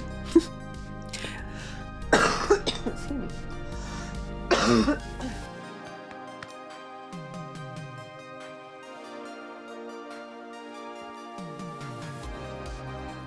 Key insight. When you use an identifier that is defined inside the non-global namespace, the standard namespace, you need to tell the compiler that the identifier lives inside the namespace. There are a few different ways to do this. Explicit namespace qualifier standard : STD : Most straightforward way to tell the compiler that we want to use character output from the standard namespace is by explicitly using the STD : prefix. For example, what we've been doing. When we say character output, we mean the character output defined in the standard namespace.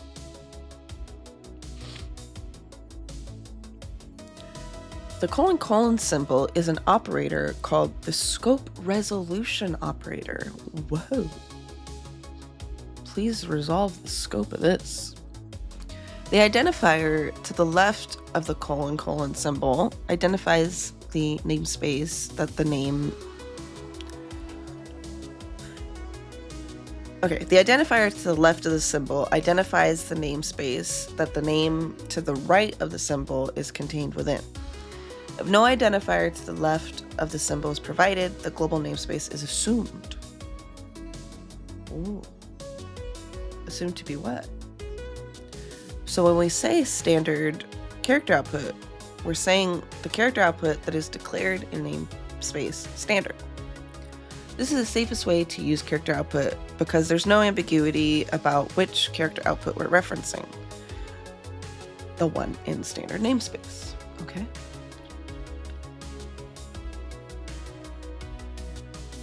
Best practice. Use explicit namespace prefixes to access identifiers defined in a namespace. Hmm.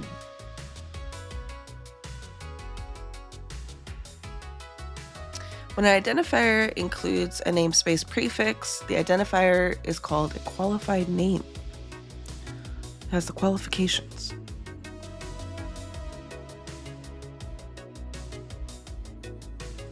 Using namespace standard and why to avoid it. What? Another way to access identifiers inside a namespace is to use a using directive statement. Here's our original Hello World program with a using directive. Ooh, using namespace standard. This is a using directive that allows us to access names in the standard namespace with no namespace prefix. Excuse me.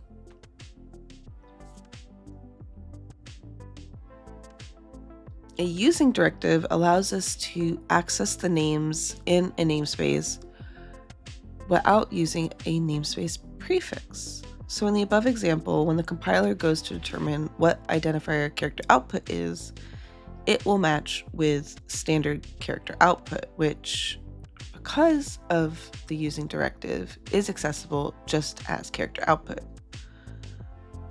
Interesting.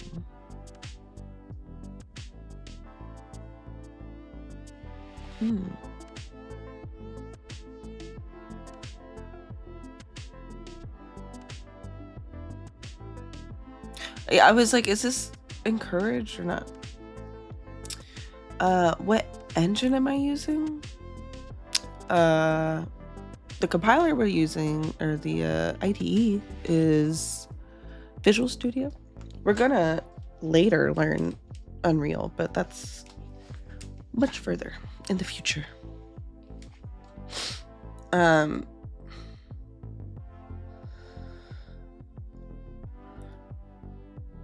Okay, I want to know why it's discouraged, because I'm a little bit like, this feels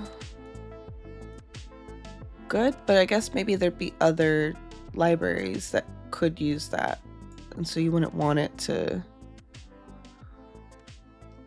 get confused, right? Many texts, tutorials, and even some IDEs recommend or use a using directive at the top of a program. However, used in this way, this is a bad practice and highly discouraged. Consider the following program.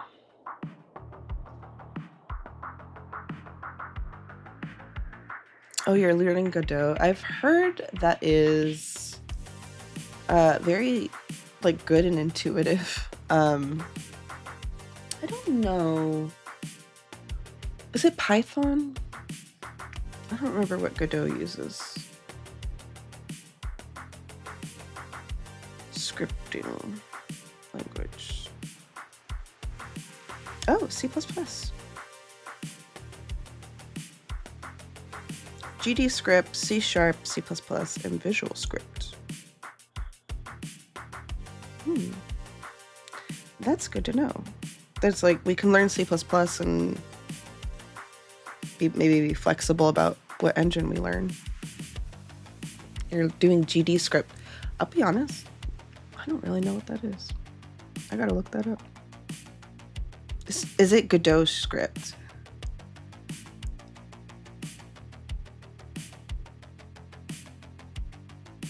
Yes. Oh, wow. That's why people say it's easier. GDScript is a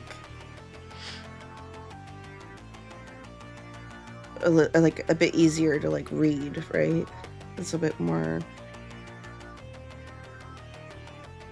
interesting.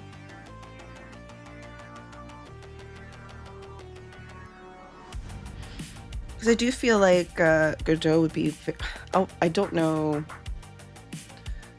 I feel like I would probably do a mix of 2D and 3D games. And I know Unreal is a bit overkill for 2D, you know?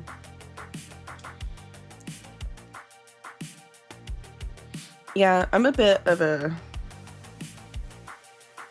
try-hard, I guess is maybe the word. It's I might be in over my head, but it's if I'm going to take the time to learn something, I don't have a lot of time to put towards learning it, I might as well put all my time into learning the tippy top of the engines. And everyone says that C++ is like really complicated, and I'll be honest, so far it's not any more complicated than Java was.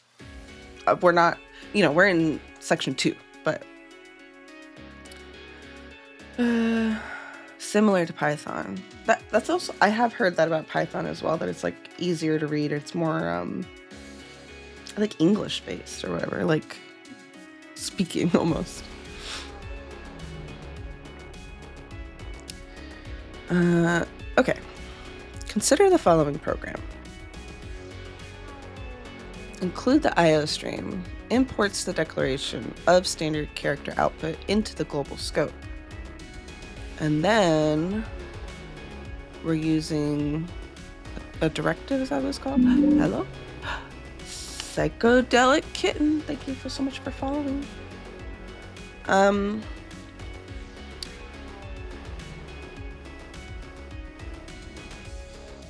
Okay, yeah, using a using directive. Makes standard character output accessible as just character output. And then character output's a function here. Defines our own character output function in the global namespace. And then we're saying character output, and it's like, what? Which one? This one or this one?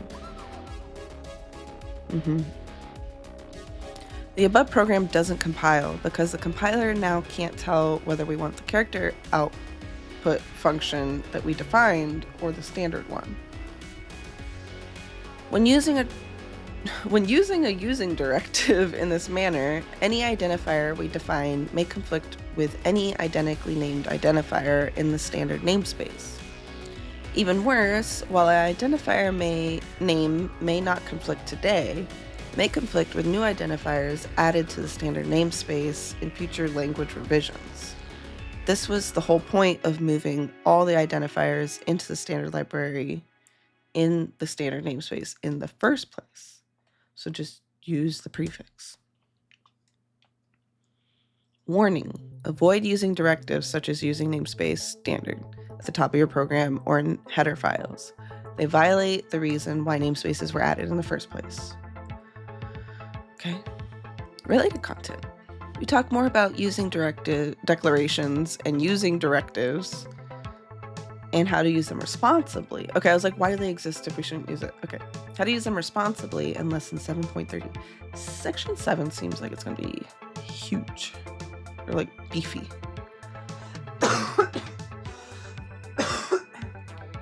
Pardon me. Curly braces and indented code. Yeah, it's going to be a beefy one. In C++, curly braces are often used to delineate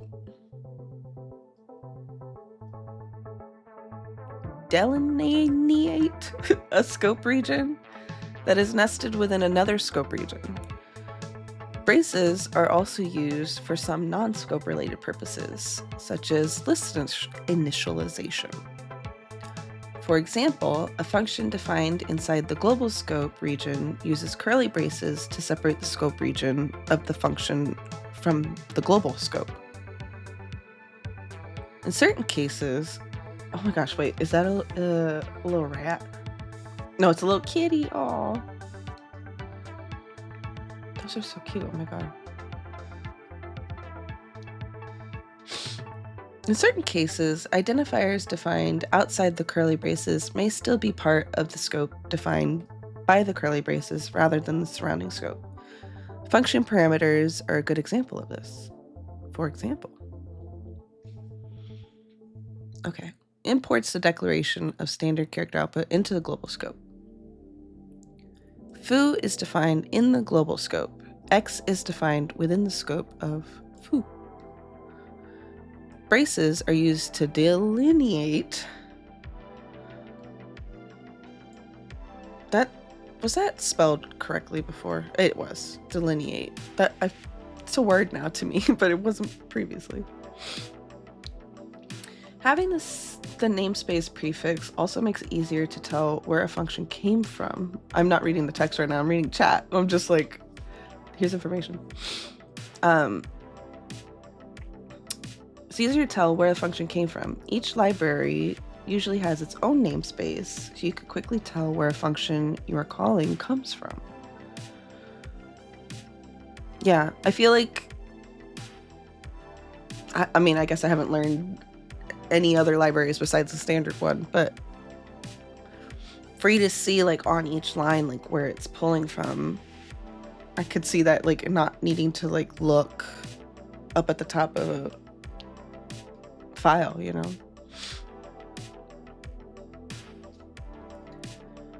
Let's see.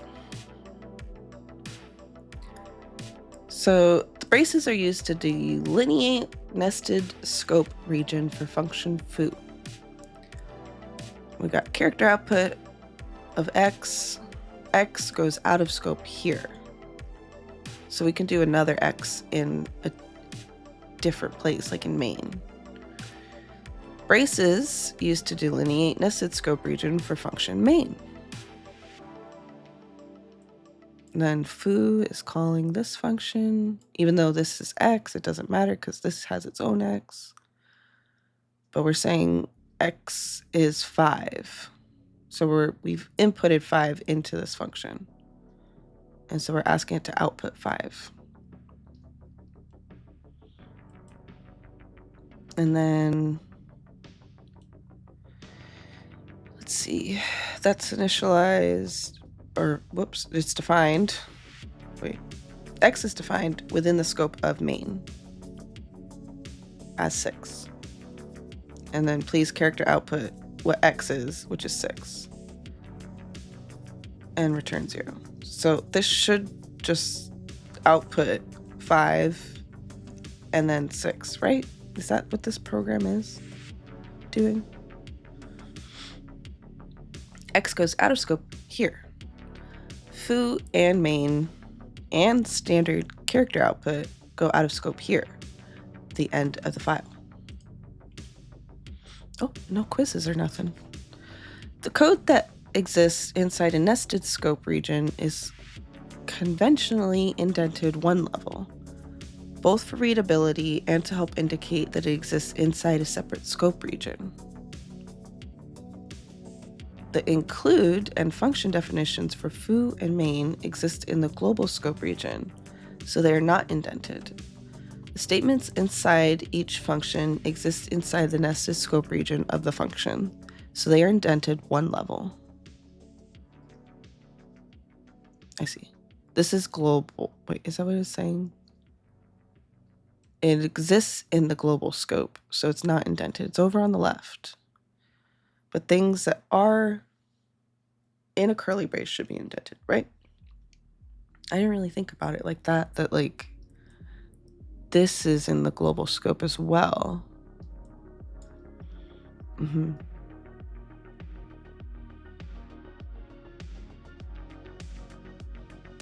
Okay, I think we should maybe, what? Hello. How long is this one?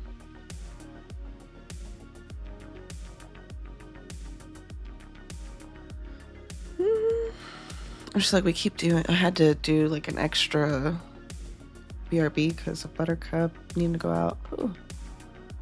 Does this have a quiz at all? Doesn't. Okay, there's no quiz in this one, so we'll read it.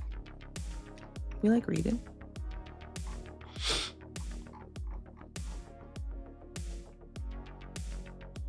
All right, 2.10, Introduction to the Preprocessor. When you compile your project, you might expect that the compiler compiles each code file exactly as you've written it. This actually isn't the case. Instead, prior to compilation, each code.cpp file goes through a preprocessing phase. In this phase, a program called the preprocessor makes various changes to the text of wait, before I even continue reading. It's like where it like removes all the spaces and stuff, right? So it's like makes various changes to the text of the code file. The preprocessor does not actually modify the original code files in any way. Rather, all changes made by the preprocessor happen either temporarily, in memory, or using temporary files.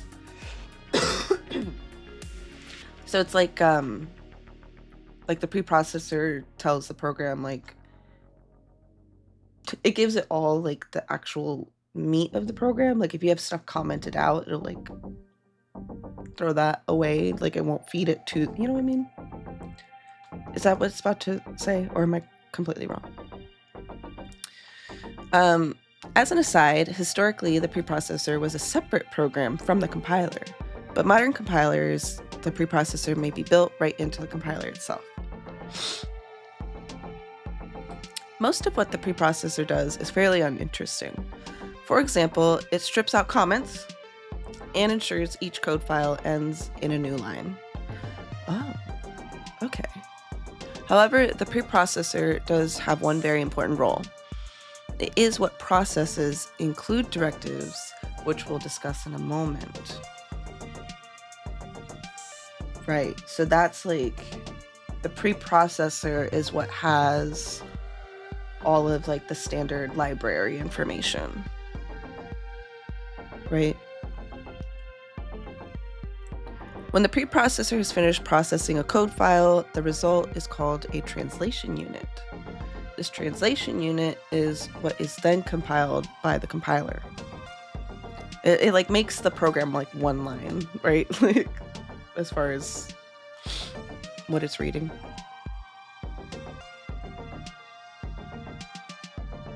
Related content. The entire process of pre-processing, compiling, and linking is called translation. Okay. If you're curious, here's a list of translation phrases. As of the time of writing, pre-processing encompasses phases 1 through 4, and compilation is phases 5 through 7. To kind of... Oh, it's too bright. I have sunglasses on. It's too much still. Okay. Preprocessor directives. When the preprocessor runs, it scans through the code file from top to bottom, looking for preprocessor directives. Preprocessor directives, often just called directives, are instructions that start with a hash symbol, I guess, and end with a new line, not a semicolon. These directives tell the preprocessor to perform certain text manipulation tasks. Note that the preprocessor does not understand C++ syntax. Instead, the directives have their own syntax, which in some cases resembles C++ syntax, and in other cases, not so much.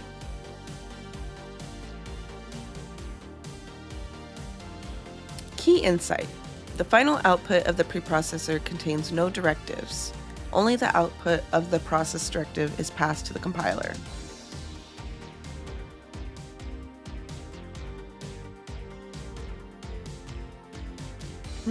Okay.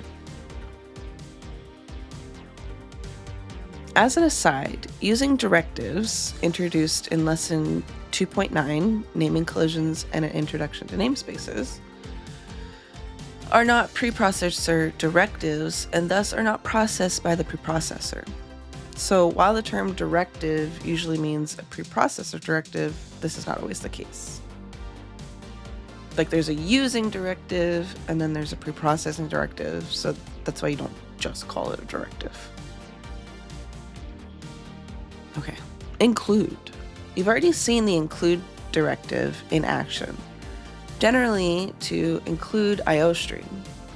When you include a file, the preprocessor replaces the include directive with the contents of the included file.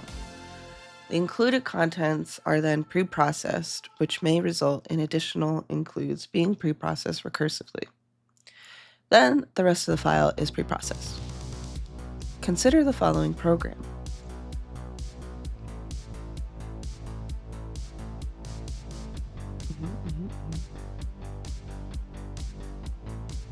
With character output hello world. When the preprocessor runs on this program, the preprocessor will replace include IOStream with the contents of the file named IOStream, and then processes the included content and the rest of the file. Since include is almost exclusively used to include header files, we'll discuss include in more detail in the next lesson when we discuss header files, okay? Key insight. Each translation unit typically consists of a single code, CPP file, and all header files it includes applied recursively, since header files can include other header files. Macro defines. The define directive can be used to create a macro. Ooh. In C++, a macro is a rule that defines how input text is converted into replacement output text. Ooh. Okay. So we can make our own preprocessor directive? Is that what it's saying?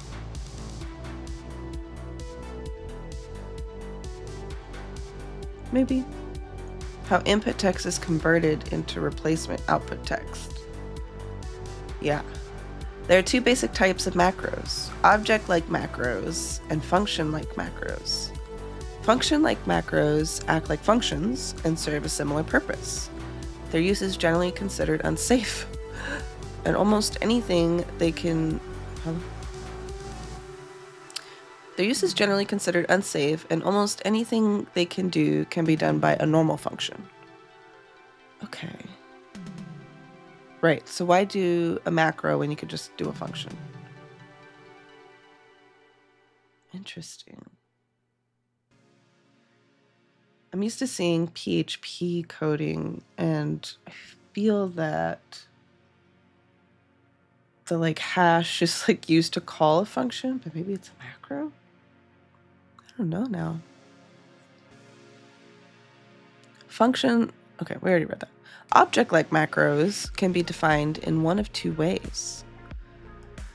Define identifier substitution text. The top definition has no substitution text, whereas the bottom one does. Because these are preprocessor directives, not statements, note that neither form ends with a semicolon. Okay. The identifier for a macro uses the same naming rules as normal identifiers. They can use letters, numbers, and underscores, cannot start with a number, and should not start with an underscore. By convention, macro names are typically all uppercase, separated by underscores. Okay.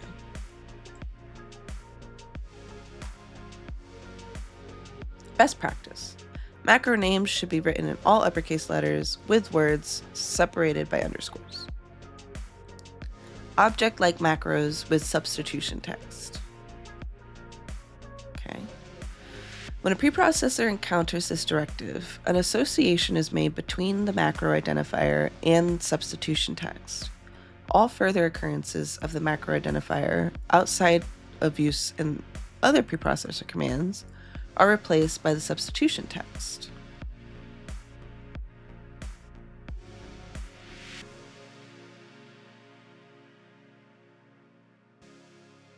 Consider the following program. Define my name. And then, the substitution text is Alex. Okay. And they're calling, it's almost like defining a function. Or initializing the function? I don't know. The preprocessor converts the above into the following. Interesting. Contents of IOStream are inserted here, which when we run prints the output, my name is Alex. Interesting. Object-like macros with substitution text were used in C as a way to assign names to literals.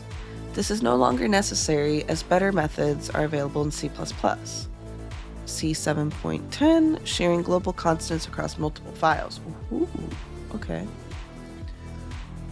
Using inline variables.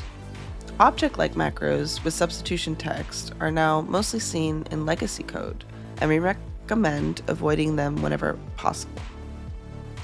Best practice: avoid macros with substitution text unless no viable alternatives exist. Object-like macros without substitution text. Object-like macros can also be defined without substitution text. For example, define use yen. Macros of this form work like you might expect. Most further occurrences of the identifier is removed and replaced by nothing. This might seem pretty useless, and it is useless for doing text substitution. However, that's not what this form of the directive is generally used for. We'll discuss the uses of this form in just a moment, okay? Unlike object-like macros with substitution text, macros of this form are generally considered acceptable to use. Okay. Conditional compilation. The conditional compilation preprocessor directives allow you to specify under what conditions something will or won't compile. Oh. So we can tell it if you get this, don't compile, or right? There are quite a few different conditional compilation directives, but we'll only cover a few that are used the most often. If def, if not def, and end if. I've seen end if.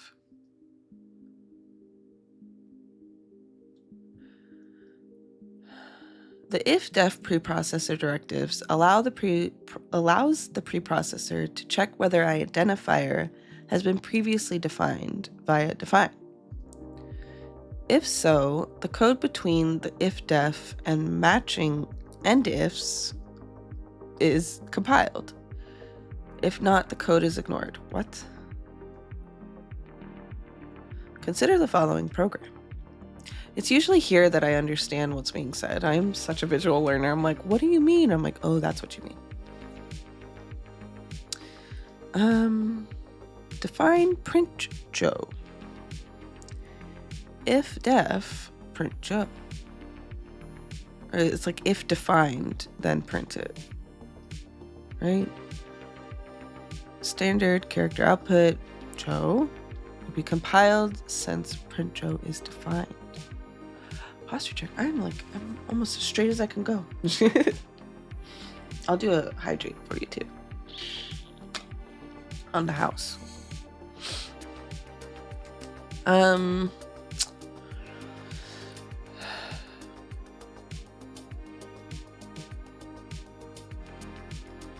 Will be compiled since print Joe is defined. If it's defined, and we did define it here. And if defined, print Bob. Character output Bob will be excluded since print Bob's not defined. It's not defined here. So basically, if I did define it, go ahead and print it. But if I didn't, it's if I did do Bob, you should print it. But then I didn't define it, so I can't, right? Is that so I can maybe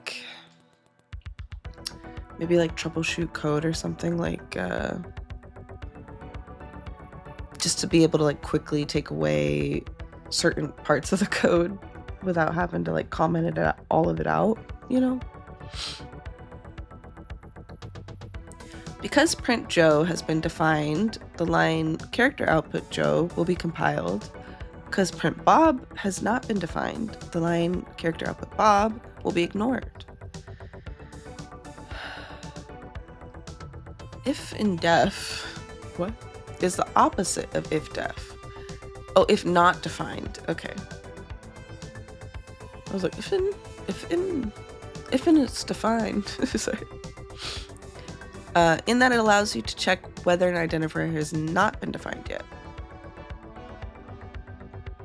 If it's not been defined, then go ahead and output, right? This program prints Bob because it was not defined. In place of if def print Bob and if not def print Bob, you'll also see if defined print Bob and if exclamation mark did not exclamation mark means like not like negative, right? These do the same but slightly more C++ style syntax. Okay. Yeah. You can see a practical use of this feature. Oh. I felt like we wrote that. When I saw this, I was like, this looks familiar, actually. This part, if defined.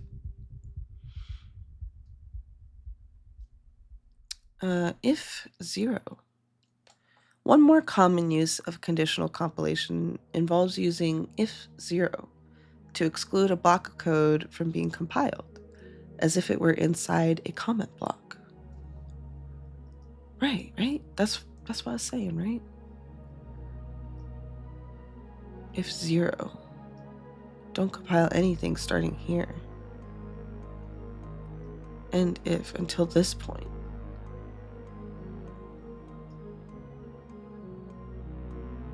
The above code only prints Joe because Bob and Steve are excluded from the compilation by the if preprocessor directive. This provides a convenient way to comment out code that contains multi-line comments, which can't be commented out using another multi-line comment due to multi-line comments being non-nestable.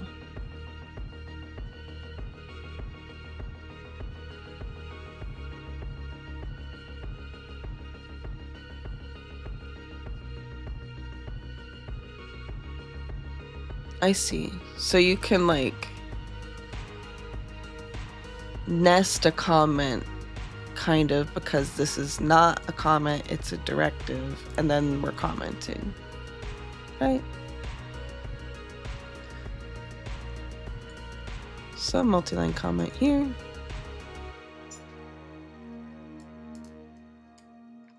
Okay. To temporarily re-enable code that has been wrapped in if 0, you can change the if 0 to if 1. If 1, always true, so the following code will be compiled. Macro substitution within other preprocessor commands. Now you might be wondering, given the following code,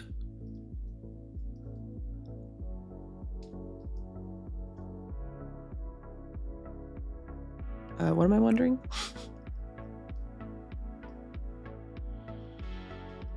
Define print Joe. If defined, then print Joe. And it will be compiled since it's defined, yes.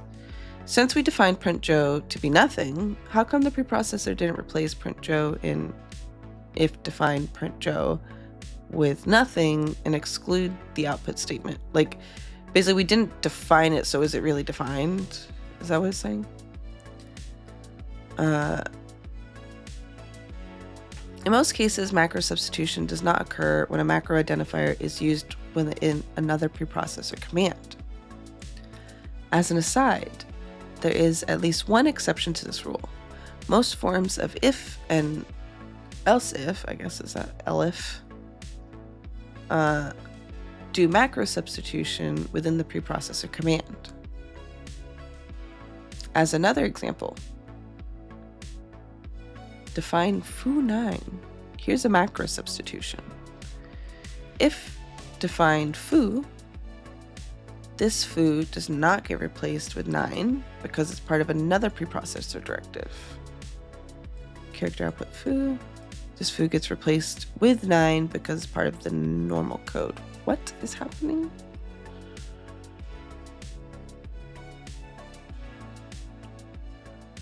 Is this the subtext or subtitled text or whatever it said?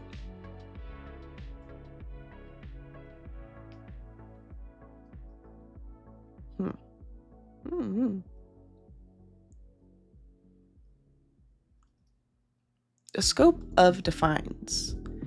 Directives are resolved before compilation from top to bottom on a file-by-file basis. Consider the following program. Void foo.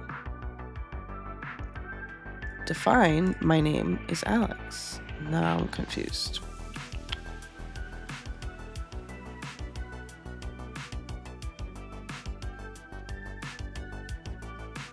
Okay. Even though it looks like define my name Alex is defined inside function foo, the preprocessor doesn't understand C++ concepts like functions. Yeah, I was like, why is that inside of a function? Or wait. Yeah, you can't define it inside the function. You can call it or something, right? Therefore, this program behaves identically to one where define my name Alex was defined either before or immediately after function foo. To avoid confusion, you'll generally want to define identifiers outside of functions. Okay, so this is acceptable, but it's not good, right? Because an include directive replaces the include directive with the content of the included file, an include can copy directives from the included file into the current file. These directives will then be processed in order. For example, the following also behaves identically to the prior examples. Alex.h. Define my name Alex. And then in main, include Alex. Copies what's in that file here. Preprocessor replaces my name with Alex. Interesting. Okay, so we said my name. Wait. It was defined. Right, okay. So the file is Alex, and we're saying include this file, and then the preprocessor replaces this line with what's here. So when we go to call my name, it sees it as this, like up here. And it's like, okay, it's Alex. Once the preprocessor is finished, all defined identifiers from that file are discarded. This means that directives are only valid from the point of definition to the end of the file in which they are defined. Directives defined in one file do not have any impact on other files unless they are included in another file. For example, function.cpp.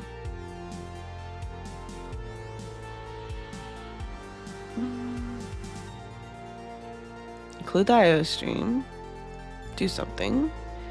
If define print, we did not define print, right? Character output printing. If we didn't define print, then we should output not printing. So it will output. Okay, wait. This is function CPP.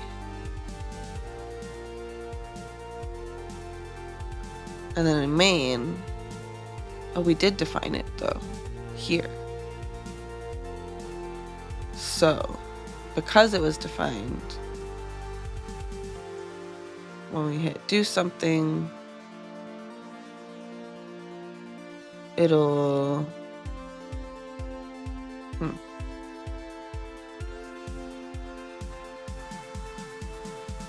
yeah, because we defined it, when we do something,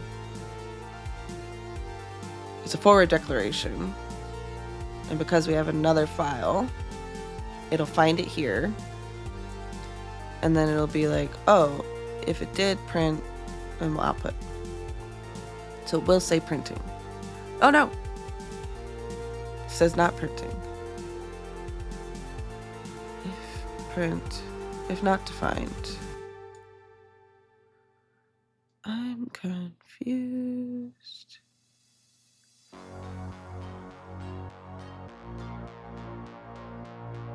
Even though print was defined in main, that doesn't have any impact. Oh, because it forgets, right? Doesn't have any. doesn't have any impact on any of the code in function. Print is only defined from the point of definition to the end of main. This will be of consequence when we discuss header guards in a future lesson. Whoa. So I had felt that this needed to be here, but I thought because it got defined somewhere in the global scope that it would see it and say, yes, it's defined, but I guess not.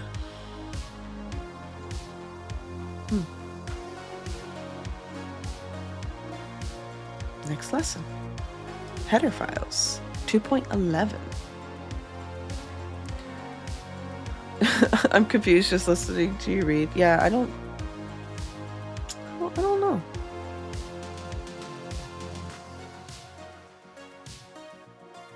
Me too. Like sometimes I'll read it and I'm like, what the heck is being said? And then we'll get to here and I'm like, oh, okay. I see why it's upset. Let's see. Thinking about putting some chicken nuggets in an air fryer. I feel like that's a quiet food. It won't be offensive. And this is a long one. Any quizzes? Why aren't they quizzing me? Okay, well, this is another reading one.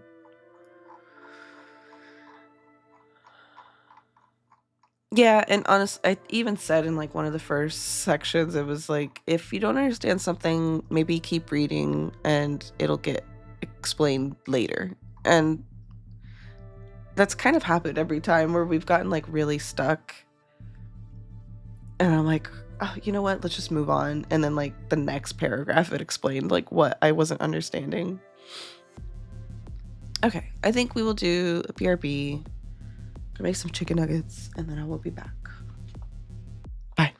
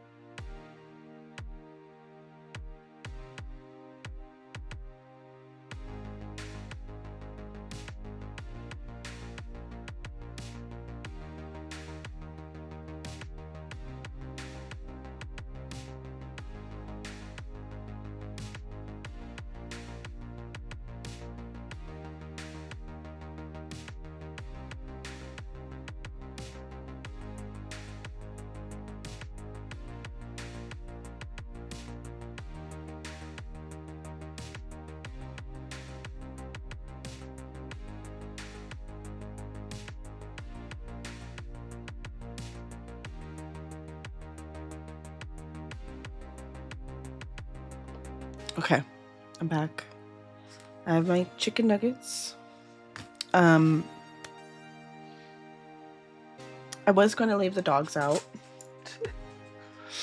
So they could eat in peace. But then I sat down and there was some thunder.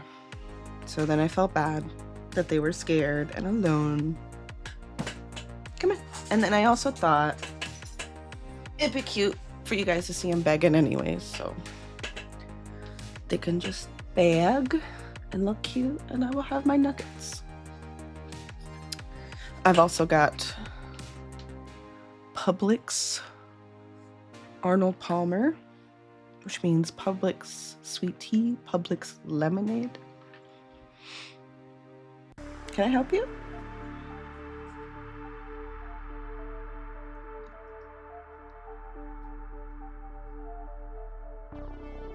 She's like, it's right there.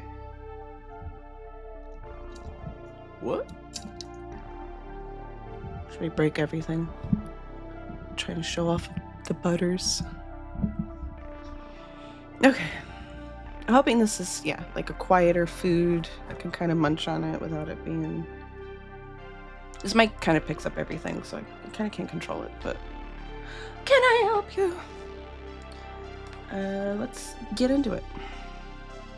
Let me have one and then I'll get started. Hang on.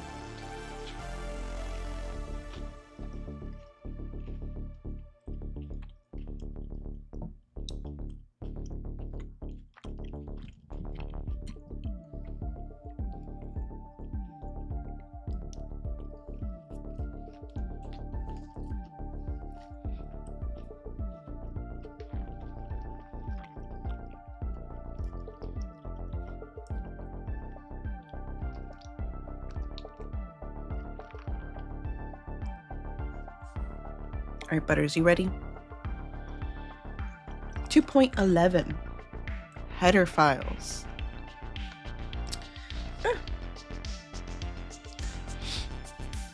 In lesson 2.8, programs with multiple code files, we discuss how programs can be split across multiple files.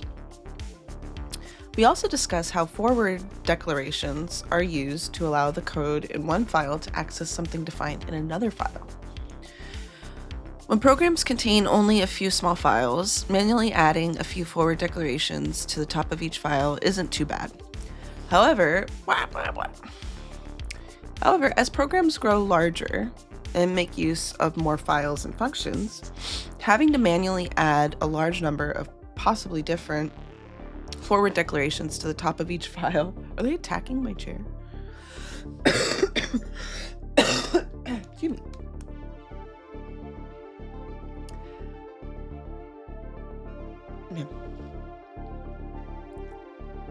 For example, if you have a 5-file program, each of which requires 10 forward declarations, you're going to have to copy and paste in 50 forward declarations.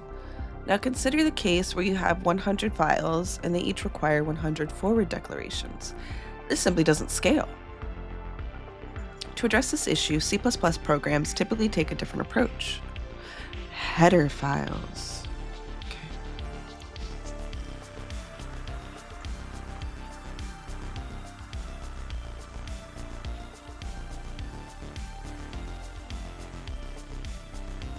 C++ code files with a CPP extension are not the only files commonly seen in C++ programs.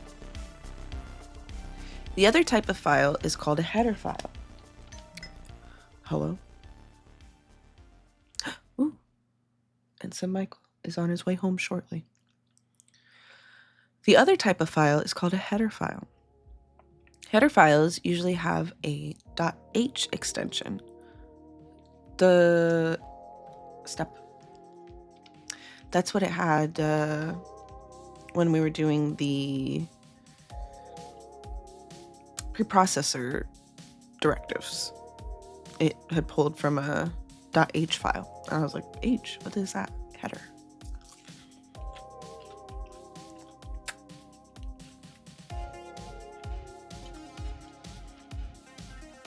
But you'll occasionally see them with the HPP extension or no extension at all. Conventionally, excuse me, I'm still a little sick. Conventionally, header files are used to propagate a bunch of related forward declarations into a code file. Oh my god, Maddie's begging over there. Hello.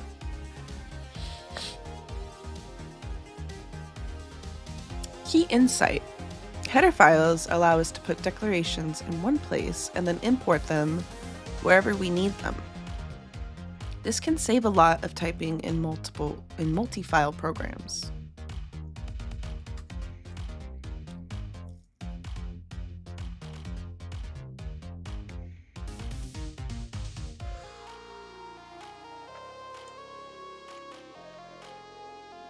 I haven't given them any either, so they don't even know what's at stake. They just know the smell. They're just stunning.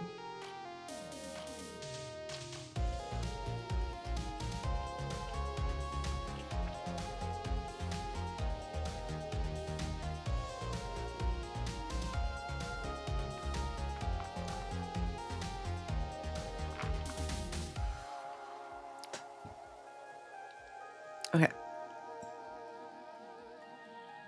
Key insight.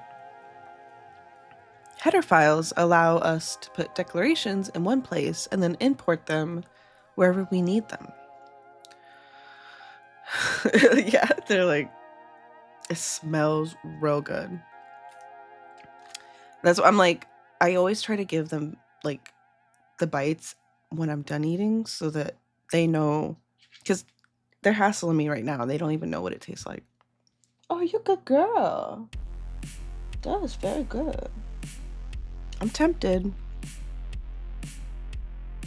You've been begging this whole time though, so you need to maybe be patient for a little bit too. Okay, key insight. Header files allow us to put declarations, right back. Allow us to put declarations in one place and then import them wherever we need them. This can save a lot of typing in multi-file programs. Using standard library header files. Get your hand off of there. Consider the following program. Character output, hello world. This program prints hello world to the console using standard character output. This program never provided a definition or declaration for character output. So how does the compiler know what standard character output is? What? Should I? This should be it. How's that?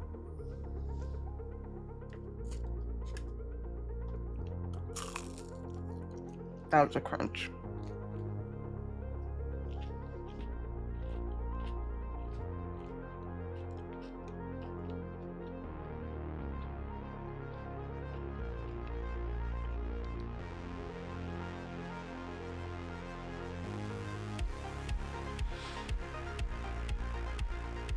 The answer is that character output has been forward declared in the IOStream header file. When we include IOStream, we're requesting that the preprocessor copy all the content, including forward declarations for character output, from the file named IOStream into the file doing the include. Key insight. When you include a file, the content of the included file is inserted at the point of inclusion. So it like inserts that code there. This provides a useful way to pull in declarations from another file. Madison. She's trying the low ground approach. Hey. No. Go. Go. You're a good girl. Oh, and you're sitting so pretty.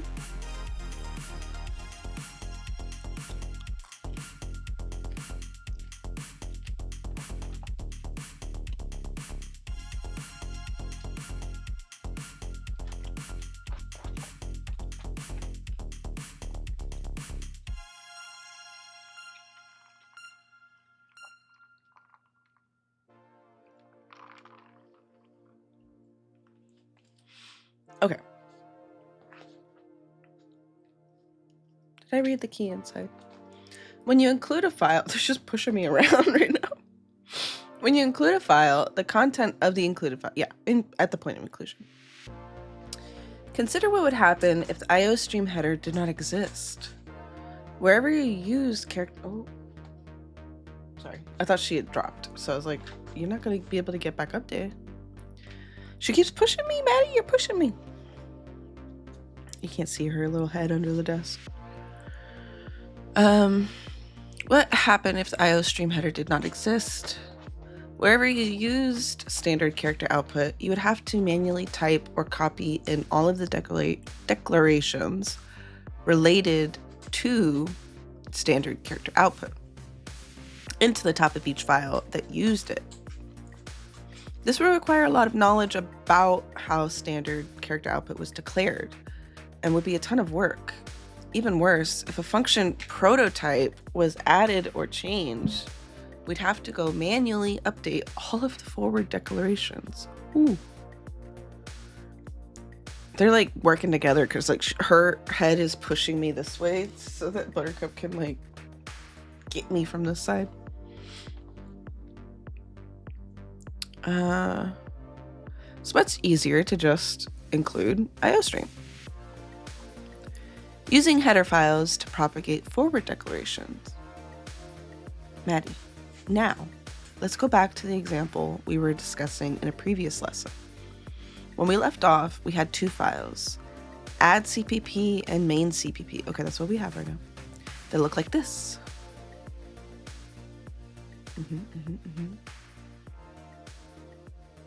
My main does not look like that.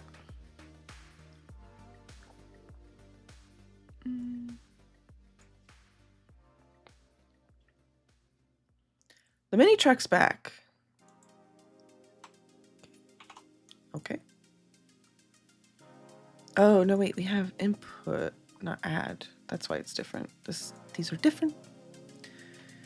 If you're recreating this example from scratch, don't forget to add CPP to your project so it gets compiled in.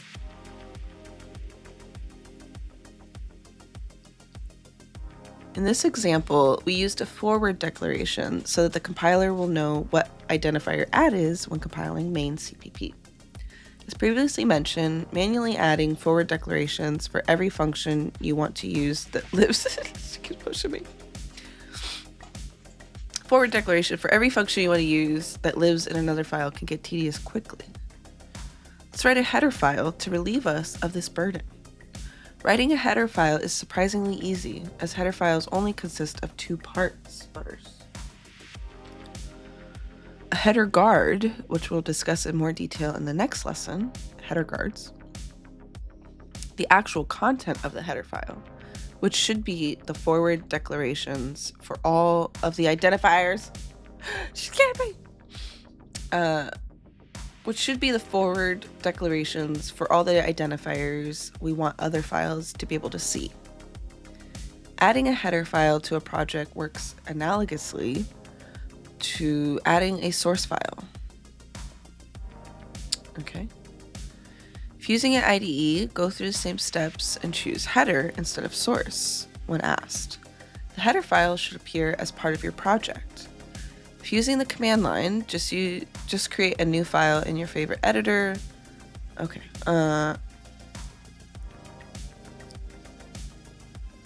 Just create a new file in your favorite editor in the same directory as your source.cpp files.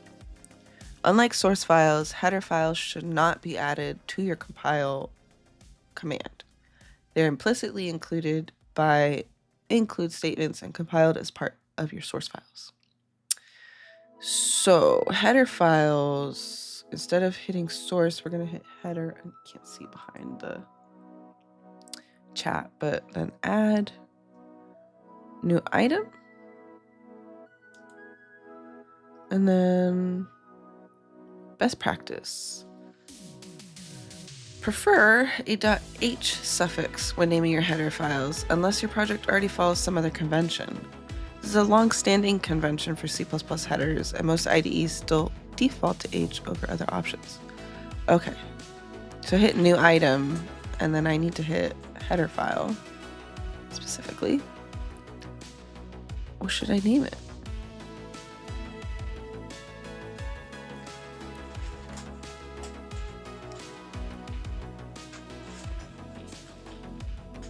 Oh, they're getting fussy.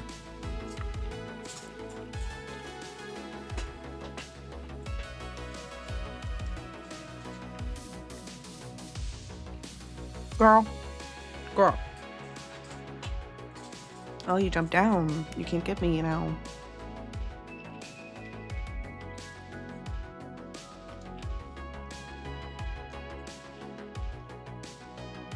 What?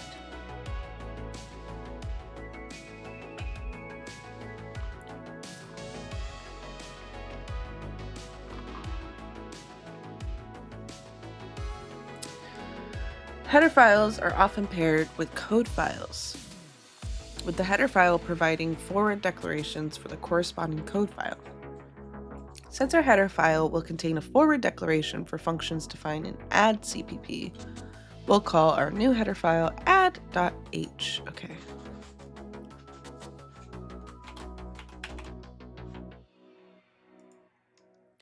And then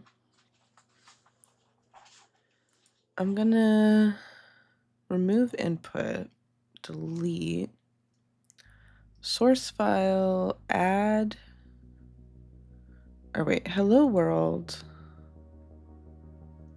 add, new item, C++ file, we'll call it add.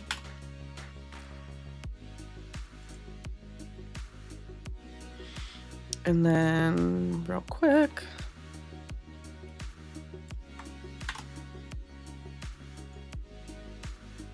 main,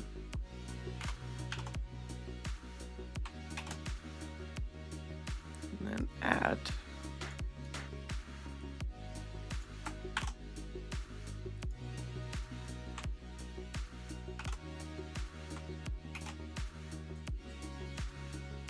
And then we have our header, pragma once. Okay.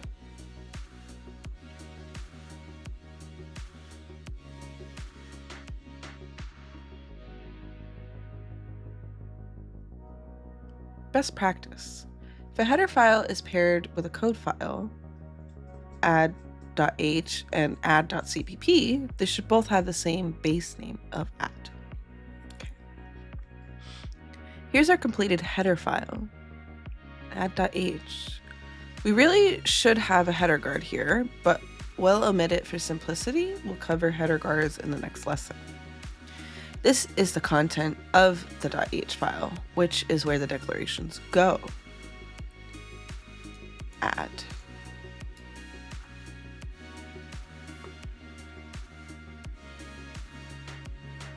Function prototype for add.header. Don't forget the semicolon. In order to use this header file in main, we have to include, hello? No, is Penny being messed with? Okay. The kids aren't all right.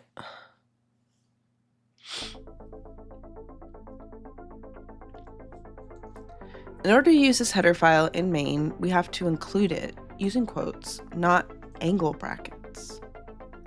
Interesting. Main needs to have include the header. Insert contents of add h at this point. Note use of double quotes here, Butters.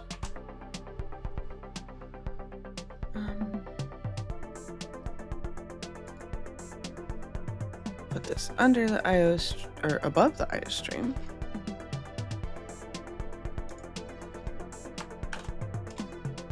And then put this in the add header. Do I need this pragma once, or is that fancy for, I don't know.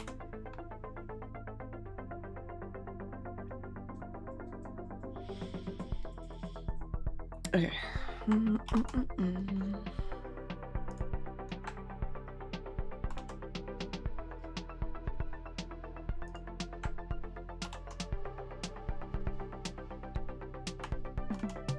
Will this work? Oops. I did F8. What did that do? Sum of 3 and 4 is 7. Okay. When the preprocessor processes the include add.h line, copies the contents of add header into the current file at that point.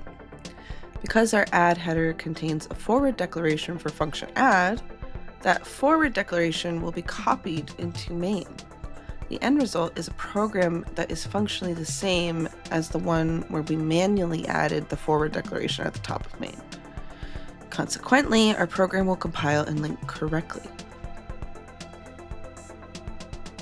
Oh yeah, let me look at this bitch. Hang on.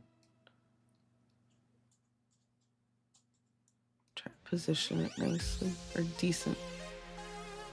This is a very good song. Oh, it's cut off a bit. Damn.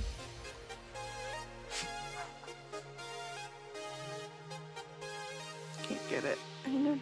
Ah. Okay, that's about as good as I can get it. Main.exe at the bottom there.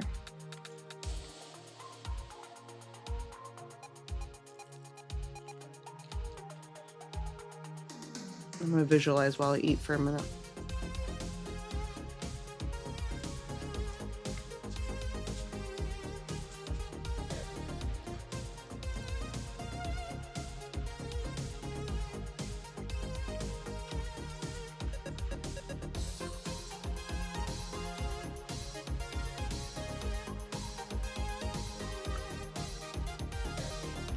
Okay, I think we're starting at main.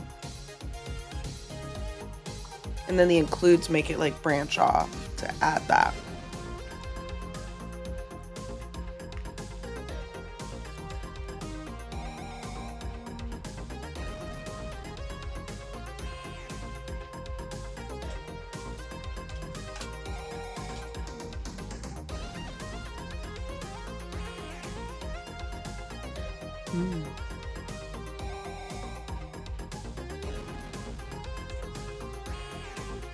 Is the .o object?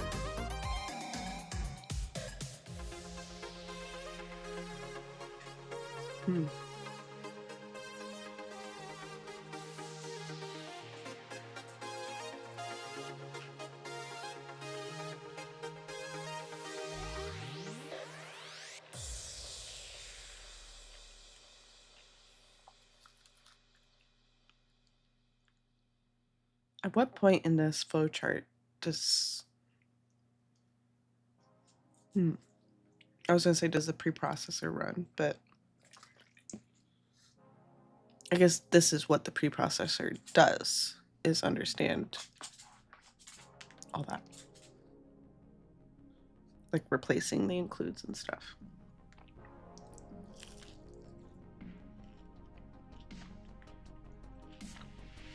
I have one nugget left, so I gotta share it.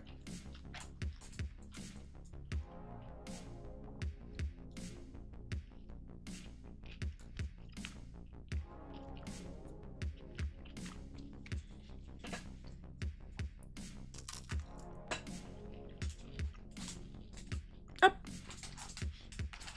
Jump, jump, jump. Back up, jump, jump, jump, jump. Back up, jump, jump. For one little bit of nugget, I take some of the breading off.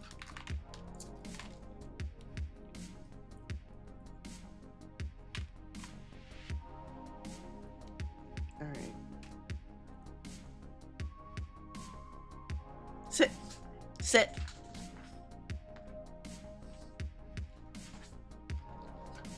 Sit. She's so pretty. Okay. We're done. Everyone, it's done. I'll be right back. I need a paper towel. Give me one moment.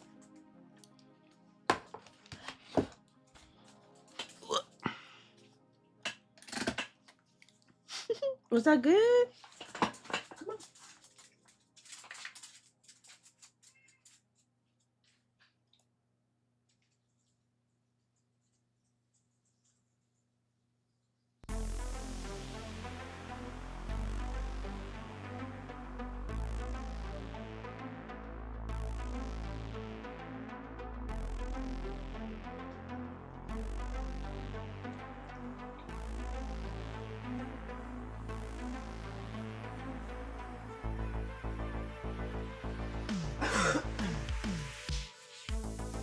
actually just wash my hands real quick instead.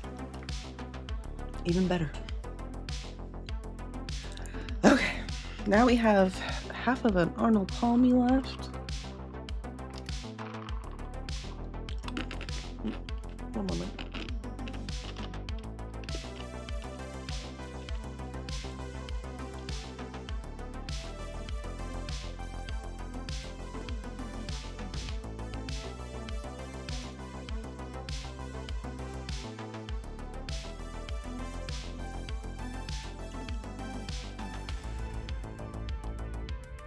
Okay. Do you need uppies? She said no.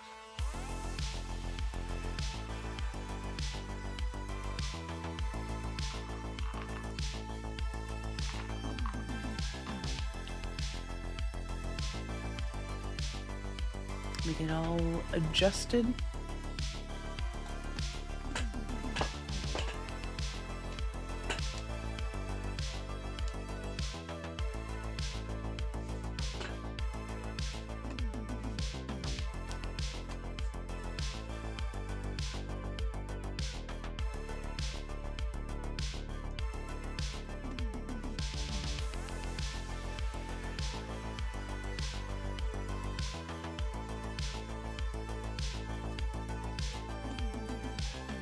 Do you need uppies, girl? Alright. Let's get back in it.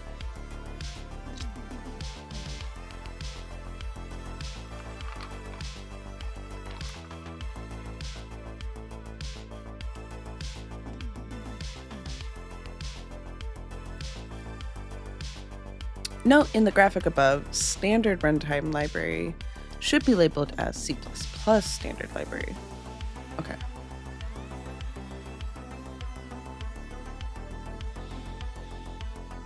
How including definitions in a header file results in a violation of the one definition rule. For now, you should avoid putting function or variable definitions in header files. Doing so will generally result in a violation of the one definition rule, the ODR. In cases where the header file is included into more than one source file. Related content. We covered the one definition rule, ODR, in lesson 2.7. My goodness. We're digesting. Let's illustrate how this happens. Add header. We really should have a header guard here. Definition for add in header file. Don't do this.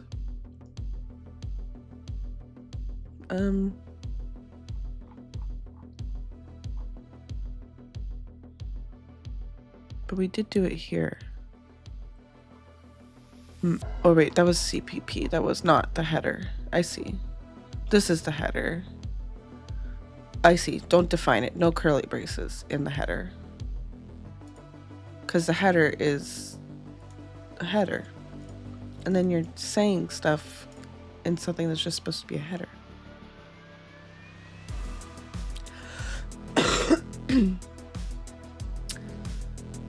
Contents of add H is copied here. Yeah, that's terrible.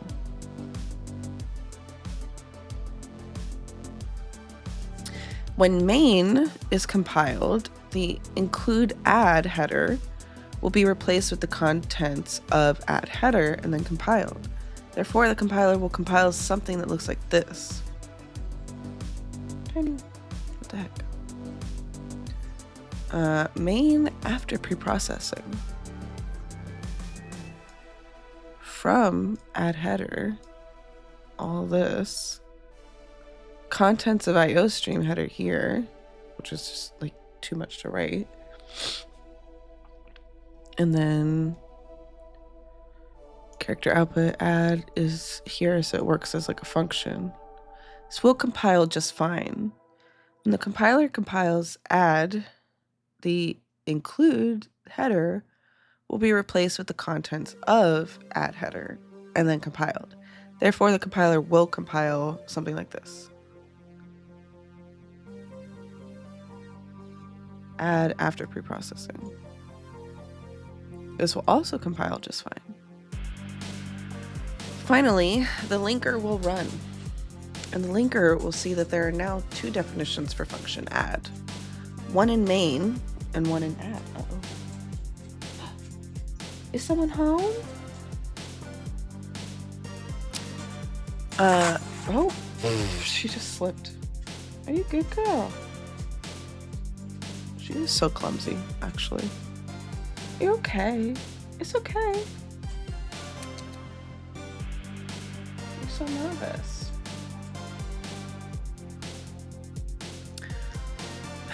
Linker will see that there are now two definitions for function add, one in main and one in add. This is a violation of ODR Part 2, which states within a given program, a variable or normal function can only have one definition.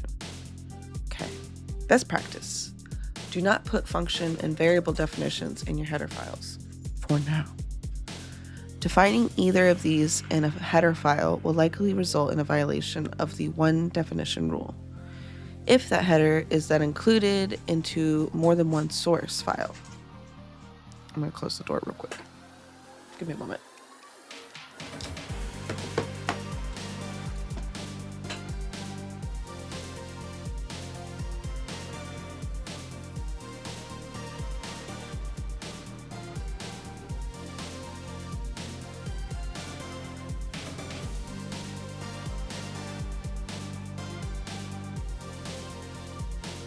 Finally, some peace. Okay.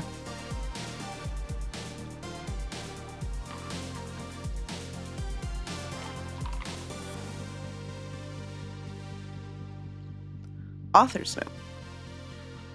In future lessons, we will encounter additional kinds of definitions that can be safely defined in header files because they are exempt from the ODR. This includes definitions for inline functions, inline variables, types, and templates. We'll discuss this further when we introduce each of these.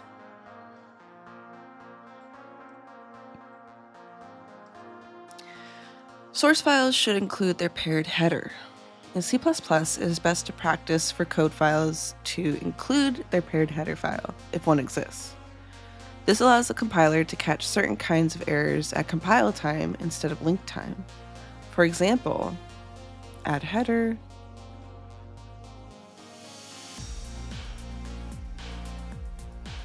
main, we're asking it to add the header,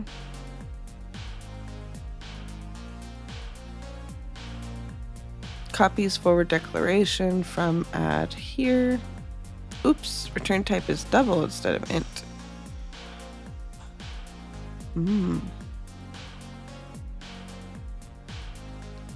When add.cpp is compiled, the forward declaration int add int x int y will be copied into add cpp at the point of the include.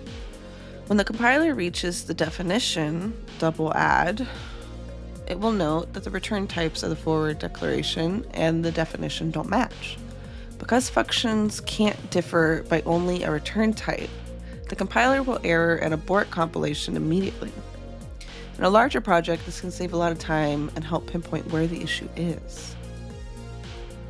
Okay, as an aside, unfortunately, this doesn't work if it is a parameter with a different type instead of a return type.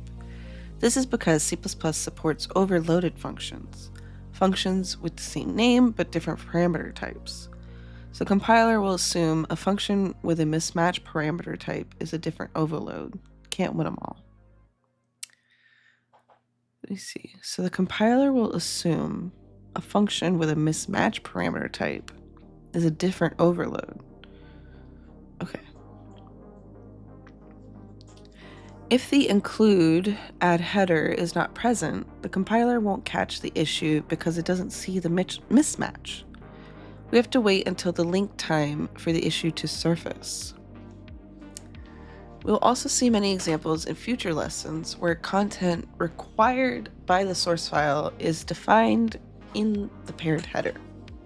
In such cases, including the header is a necessity. Best practice. Source files should include their paired header file, if one exists. Trying to get a little settled.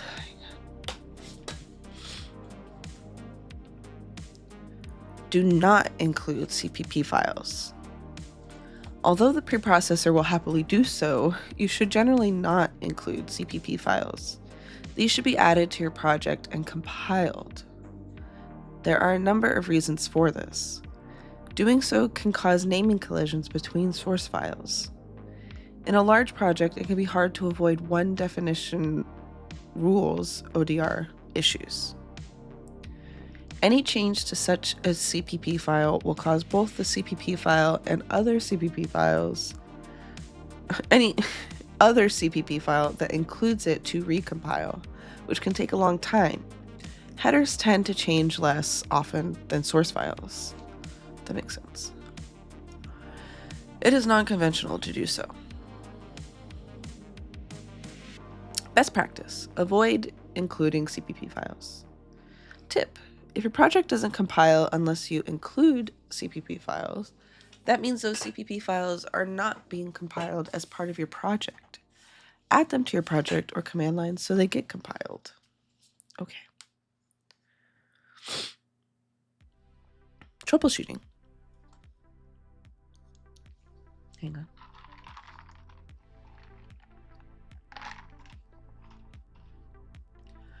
Hey yo. Okay. Troubleshooting. If you get a compiler error indicating that add header isn't found, make sure the file is really named add header. Depending on how you created and named it, it's possible a file could have been named something like add no extension, or add.h.txt, or add.hpp. Also make sure it's sitting in the same directory as the rest of your code files. If you get a linker error about function add not being defined, make sure you've included add.cpp into your project so the definition for a function add can be linked into the program.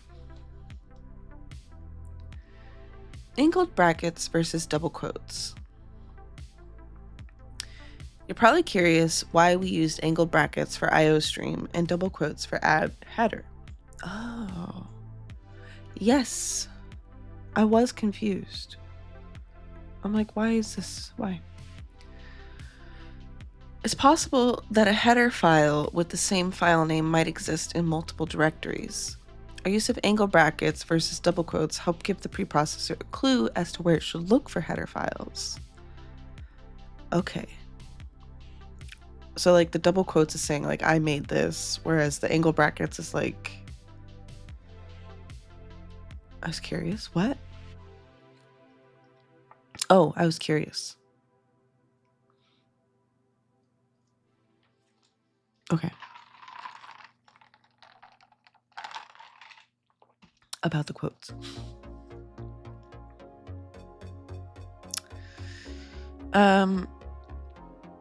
When we use angle brackets, we're telling the preprocessor that this is a header file we didn't write ourselves. Like it's like a part of C++. The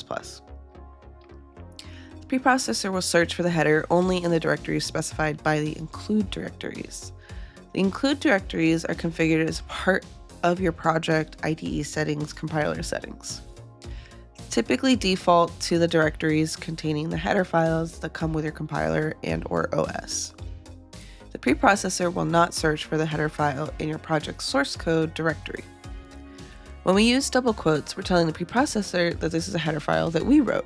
The preprocessor will first search the header files in the current directory. If it can't find the matching header there, it will then search the include directories. It's like, don't waste the time checking the built-in stuff. It's something I did. But even if we do the double quotes, like we could do the IOStream with the quotes, right? And then it just wouldn't find it in the directory and then it would search it. Like it would take longer for it to find it if we did quotes, but it would work, right? Rule. Use double quotes to include header files that you've written or are expected to be found in the current directory. Use angle brackets to include headers that come with your compiler, OS, or third-party libraries you've installed elsewhere in your system. Why doesn't IOStream have a .h extension? Another commonly asked question is, why doesn't IOStream or any of the other standard library header files have a header extension? The answer is that IOStream header is a different header file than IOStream. Oh. To explain requires a short history lesson. Yes, please. When C++ was first created, all of the headers in the standard library ended in a .h suffix. These headers included IOStream.header, standard definition.header, the original versions of character output and character input. I can hear the stream. You need to turn down. The original versions of character output and character input were declared in IOStream.header in the global namespace. Life was consistent and it was good. When the language was standardized by the ANSI committee, they decided to move all of the names used in the standard library into the STD namespace to help avoid naming conflicts with user-declared identifiers. However, this presented a problem. If they moved all of the names into the standard namespace, none of the old programs that included IOStream.h would work anymore. Oh. To work around this issue, C++ introduced new header files that lack the .h extension. These new header files declared all names inside the standard namespace. This way, older programs that include IOStream.h do not need to be rewritten, and newer programs can include IOStream without the h. Modern C++ now contains 4 sets of header files. Yikes. Okay. Warning: the new C compatibility headers may optionally declare, compatibility new CXXX. Standard definition with a C in front of it. Why? Oh, because of C++. I don't know. The new C compatibility headers may optionally declare names in the global namespace, and the old C compatibility headers that with .h may optionally declare names in the standard namespace. Names in these locations should be avoided, as those names may not be declared in those locations on other implementations. Best practice: use the standard library header files without the .h extension. User-defined headers should still use the .h extension. Okay.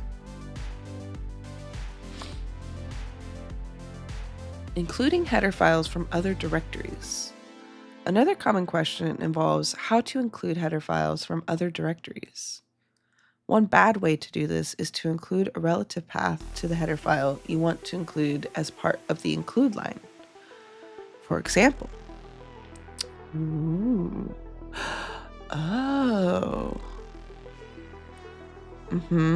just like HTML.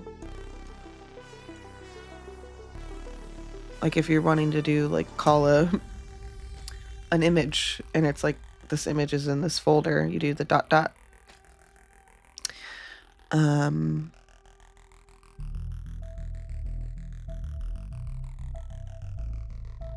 Sorry, this song is scratching something in my head.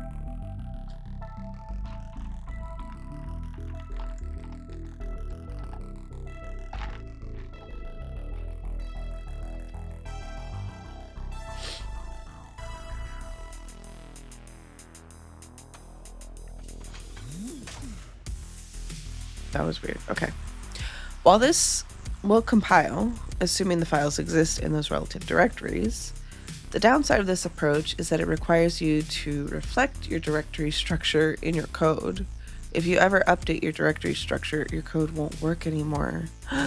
If you change the name of a folder, you've broken your whole program. Yikes.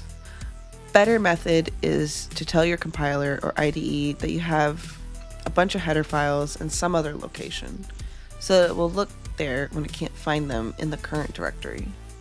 This can generally be done by setting an include path or search directory in your IDE project settings. Okay. Like, yeah, if you don't find it in the main code, I'll have another place that stuff is at for you to look. And you don't need to write it. You could just look there when you have the time. For Visual Studio users, right-click on your project in the Solution Explorer and choose Properties. Then the VCC Directories tab. From here, you will see a line called Include Directories. Womp. Add the directories you'd like the compiler to search for additional headers there. Interesting. Okay. I'm not going to mess with that, but include directories. I mean, it literally says directories right here when we go to properties. Like, that should be pretty simple. That's nice. The nice thing about this approach is that if you ever change your directory structure, you only have to change a single compiler or IDE setting instead of every code file. Yes. Headers may include other headers. Wow. It's common that the content of a header file will make use of something that is declared or defined in another header file. When this happens, the header file should include the other header file containing the declaration or definition that it needs. Oof. It is starting, like, it's been a while, so I'm like, it's starting to turn into word vomit a little bit. Include string view.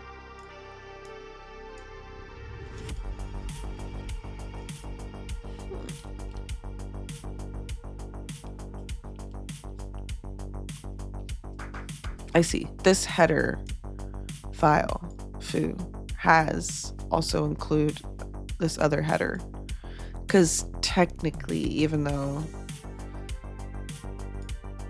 you know, the standard ones don't need a .h, it technically can.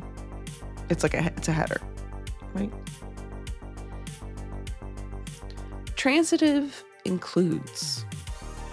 When your source.cpp file includes a header file, you'll also get any other header files that are included by that header. Like, that's the word vomit. I'm like, header, and header. And any header files those include, and so on. These additional header files are sometimes called transitive includes, and they're included implicitly rather than explicitly. The content of these transitive includes are available for use in your code file. However, you generally should not rely on the content of headers that are included transitively, unless reference documentation indicates that those transitive includes are required. The implementation of header files may change over time or be different across different systems. If that happens, your code may only compile on certain systems or may compile now but not in the future. This is easily avoided by explicitly including all of the header files the content of your code file requires. Whew, what? Best practice. Each file should explicitly include all of the header files it needs to compile. Do not rely on headers included transitively from other headers. Unfortunately, there is no way to detect when your code file is accidentally relying on content of a header file that has been included by another header file. I'm like, I'm not getting it now because it's too many repeating words.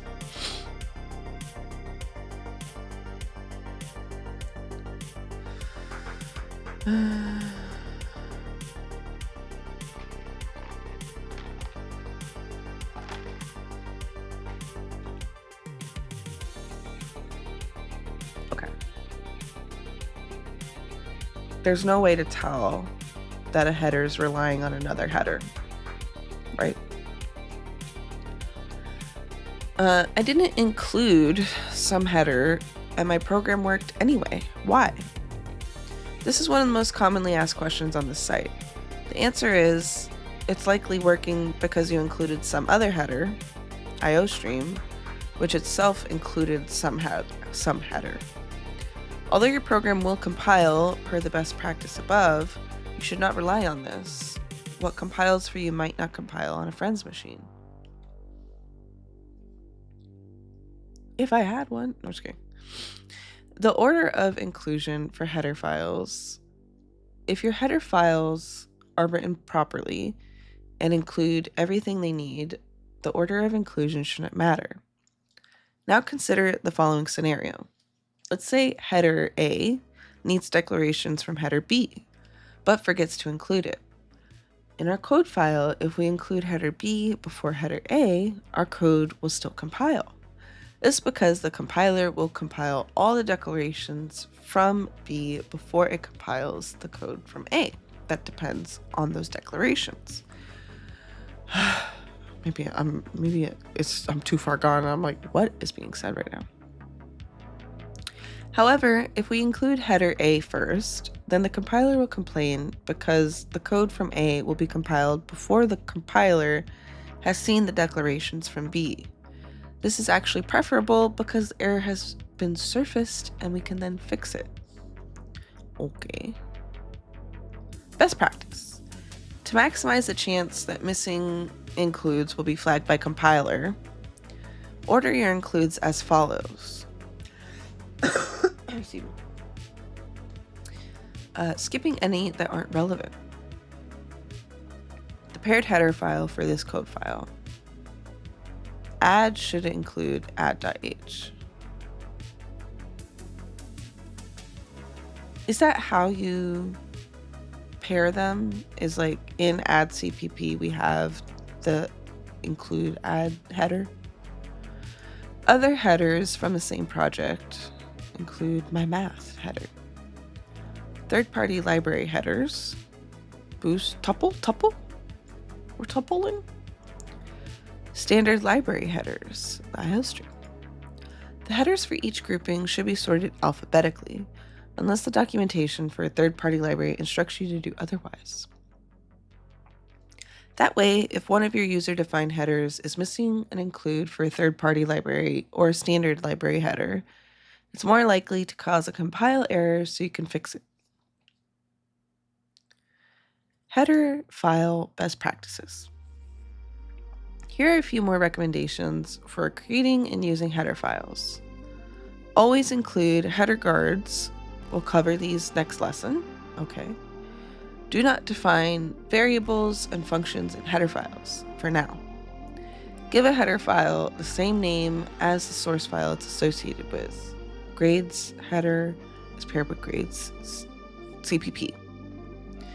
Each header file should have a specific job and be as independent as possible.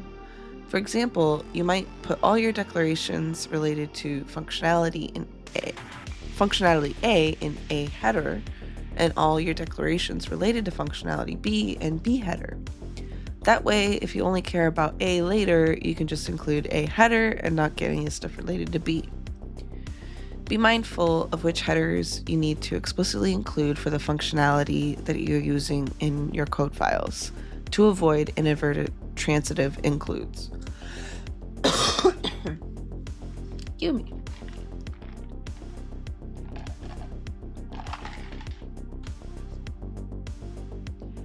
A header file should include any other headers containing functionality it needs.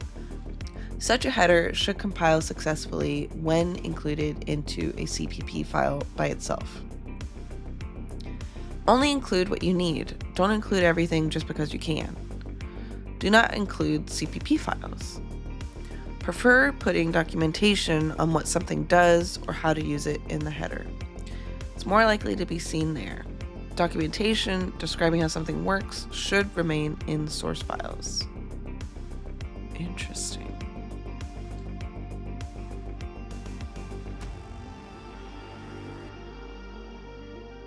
Okay. Let me see real quick how much is left of this section.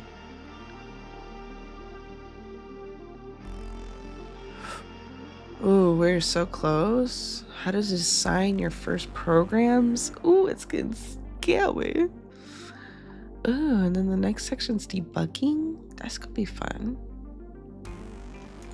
Let me see. Something.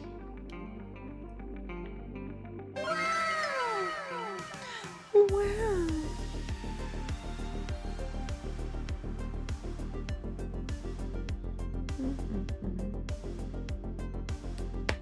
All right. Let's look at this. Are there quizzes for this one?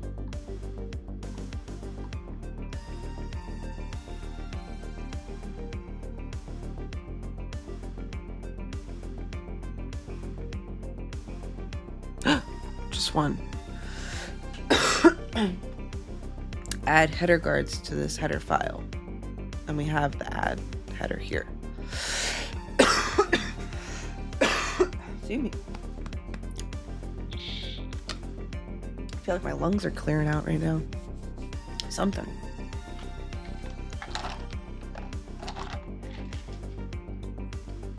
All right. I'm down to read this one. We may leave the last two for Tuesday because this has been a lot. I feel like we'll be ready for the next part that's like how to do your own program. That feels like a good place to like start. Maybe we'll see. We'll look.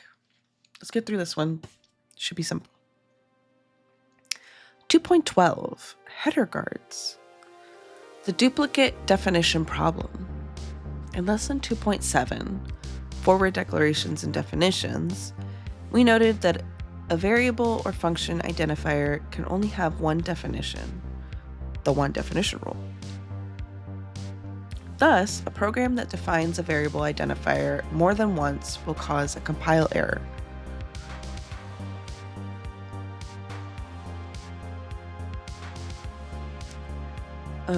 This is a definition for variable x. Compile error, duplicate definition. Don't be talking about it twice. Similarly, programs that define a function more than once will also cause a compile error. There's two functions. What do you want from me? You know? While these programs are easy to fix, remove the duplicate definition. With header files, it's quite easy to end up in a situation where a definition in a header file gets included more than once. This can happen when a header file includes another header file, which is common. Author's note. In upcoming examples, we'll define some functions inside header files. You generally shouldn't do this. We're doing so here because it is the most effective way to demonstrate some concepts using functionality we've already covered. It's like, you know what functions are, so we're using them just so you can get it. Consider the following academic examples. Square header. Get square sides. Sides of a square is 4. Wave header. Include square header, which is this code. So wave, just like the same code. And so when we call square and wave, you're injecting the same code in both places. So it's going to be a compile error. This seemingly innocent looking program won't compile. Here's what's happening. First, main.cpp includes square h, which copies the definition for function get square sides into main. Then main includes wave header, which includes square header itself. This copies the contents of square header, including the definition for function get square sides, into wave header, which then gets copied into main. Thus, after resolving all of the includes, main ends up looking like this, and you beefed it. Duplicate definitions and compile and a compile error.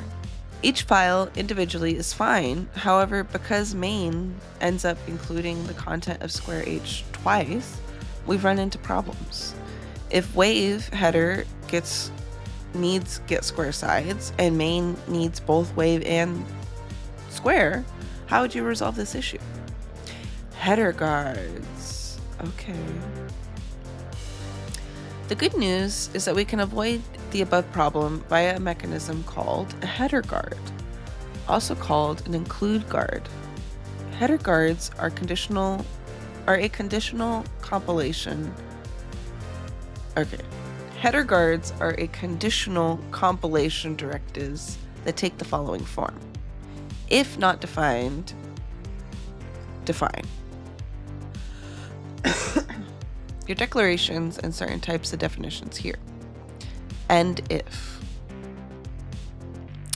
When this header is included, the preprocessor will check whether some unique name here has been previously used in this translation unit. If this is the first time we're including the header, some unique name here will not have been defined. Consequently, it defines some unique name here and includes the content of the file. If the header is included again into the same file, some unique name here will already have been defined from the first time the contents of the header were included, and the contents of the header will be ignored, thanks to the if not defined. All of your header files should have header guards on them. Some unique name here can be any name you want, but by convention it is set to the full file name of the header file, typed in all caps using underscores for space or punctuation. For example, square header would have the header guard. Oh. Instead of dot header, it's underscore. Okay. If not defined, square header, then define it. And if. Even if the standard library headers use header guards, if you were to take a look at the IOStream header file from Visual Studio, you would see. Oh, okay. Even the standard library uses header guards. Interesting. Wow. For advanced readers, in large programs, it's possible to have two separate header files included from different directories that end up having the same file name. Directory A, config file, yeah. Config header, and directory B, config header. If only the file name is used for the include guard, config.h, these two files may end up using the same guard name.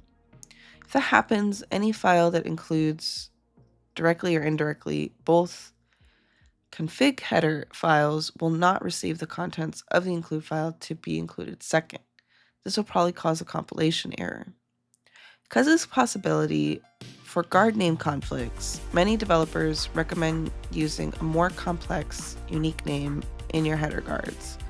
Some good suggestions are a naming convention of project path file H, file large random number H, or file creation date. Oh, date. I like that, yeah.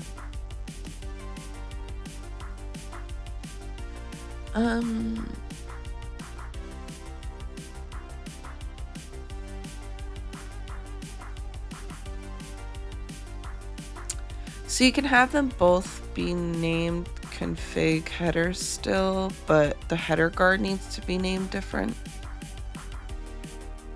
Hang on. I know this is for advanced, but I am not.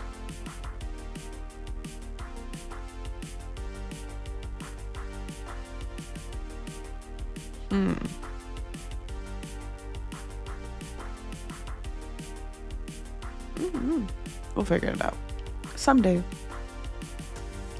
Updating our previous example with the header guards. Let's return to the square header example, using the square header with header guards. For good form, we'll also add header guards to wave header. Square, if not defined, square square header define as this, end if, as well as wave, which includes square. After the preprocessor resolves all of the include directives, this program looks like this in main. Okay. All of this content gets included because square was not defined yet. And if. And then with wave,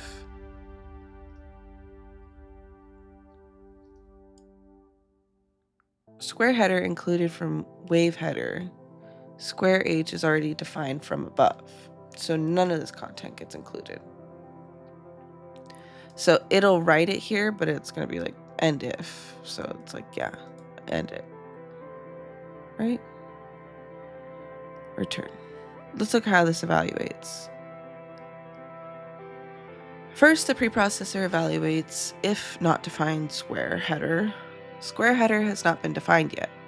So the code from the if not defined to the subsequent end if is included for compilation. This code defines square header and has the definition for the getSquareSide function. Later, the next if and not defined square if and def is evaluated. This time, square header is defined because it got defined above. So the code from if not defined to subsequent end if is excluded from the compilation. Header guards prevent duplicate inclusions because the first time a guard is encountered, a guard macro isn't defined, so the guarded content is included. Past that point, the guard macro is defined, so any subsequent copies of the guarded content are excluded. Header guards do not prevent a header from being included once into different code files. Note that the goal of header guards is to prevent a code file from receiving more than one copy of a guarded header. By design, header guards do not prevent a given header file from being included once into separate code files. This can also cause unexpected problems. Consider square header. If not defined, square header. Get square perimeter. Forward declaration for get square perimeter. Okay. So we've forward defined it in the header. They were saying like, don't do this, but we're doing it so you get it, right? Don't put functions in the header or something like that. What?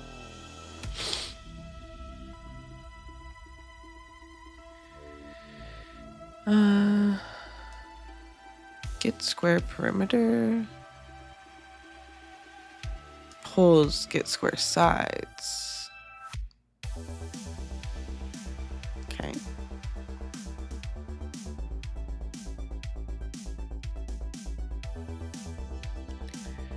Okay. A square has 4 sides. A square of length 5 has a perimeter length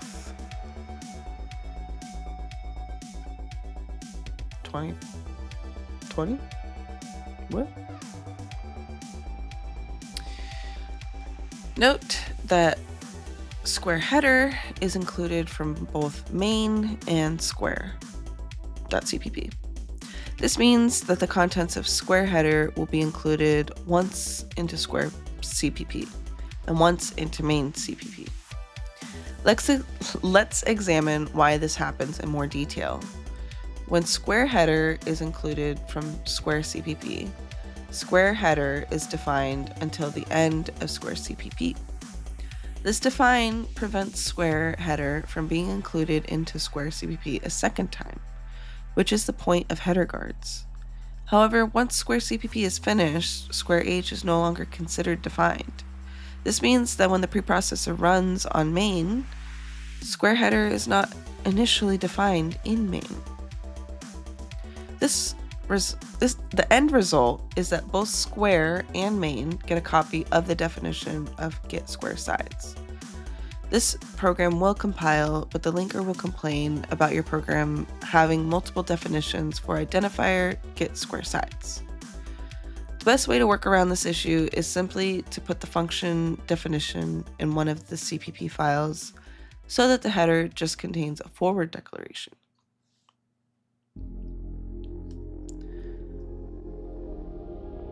We are blessed. We got the eagle and the wolf. The stream is blessed. I'll be honest, I'm kind of at the point where I am following, but I'm also not fully absorbing. So I'm kind of just reading it so I can listen back to it later. You know?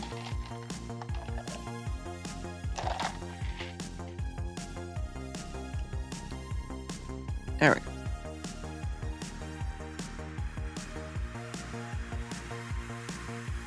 Actual definition for get square sides. That's what we do. You just say it, you'll get it in another day, another time.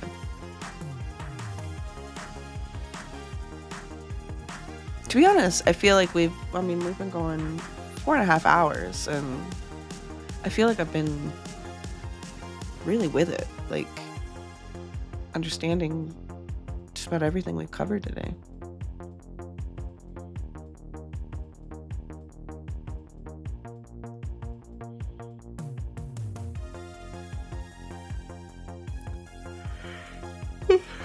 Okay.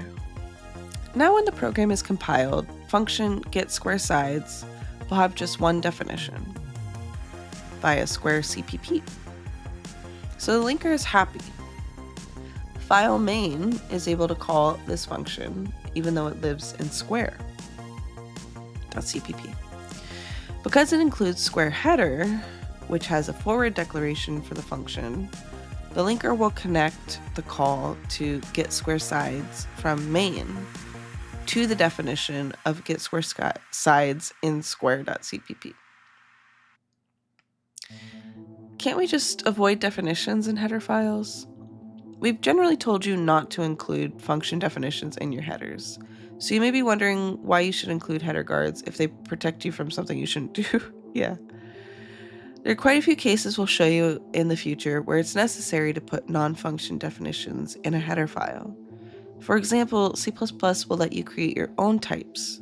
These custom types are typically defined in header files, so the type definitions can be propagated out to the code files that need to use them.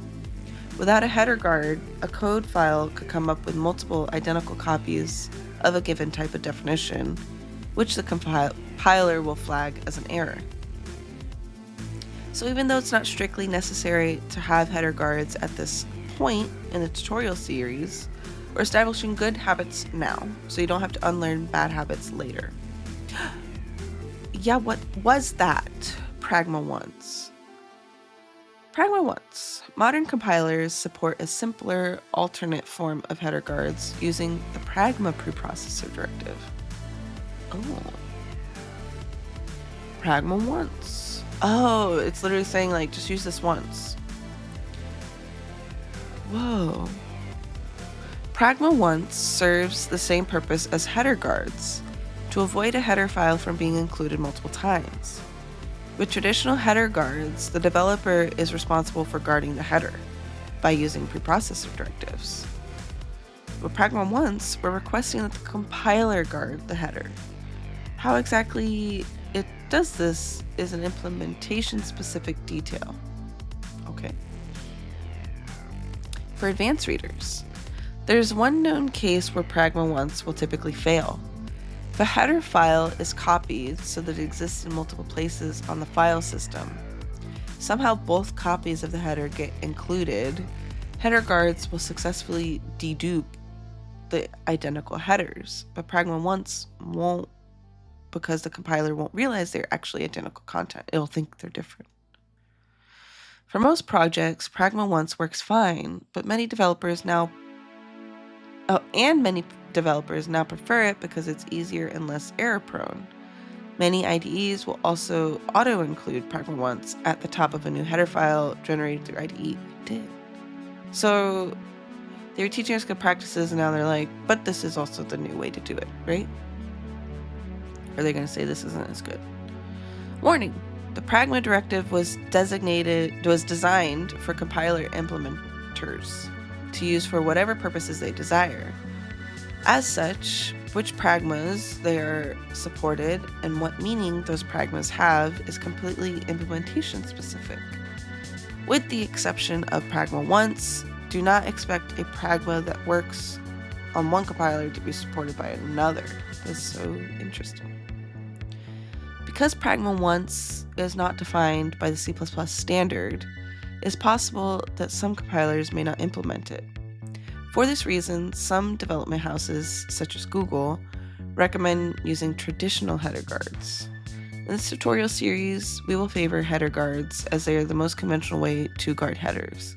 However, support for Pragma Once is fairly ubiquitous at this point. If you wish to use Pragma Once instead, that is generally accepted in modern C++. I mean, it's already gonna have it there, you know? The fact that even if I forget to guard my header, it is nice to know that when I make a new header file, it'll just be there already. So that's nice. Summary. Header guards are designed to ensure that the contents of a given header file are not copied more than once into a single file. In order to prevent duplicate definitions, duplicate declarations are fine. But even if your header file is composed of all declarations, no definitions, still a best practice to include header guards, just to be safe.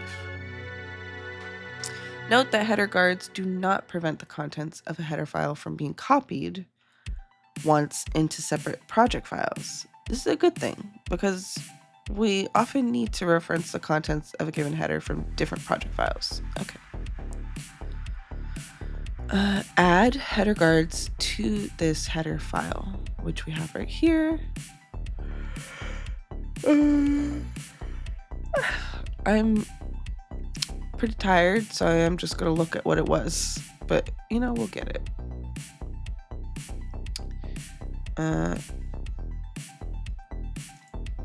So it's gonna be if not defined, add _h define add _h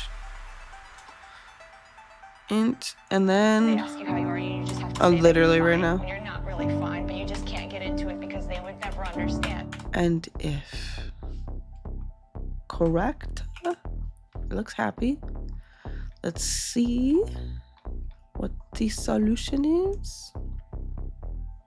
Top 10 Father's Day gift ideas. Happy Father's Day, everyone. Hope it wasn't upsetting or stressful for anyone. It was a nice day.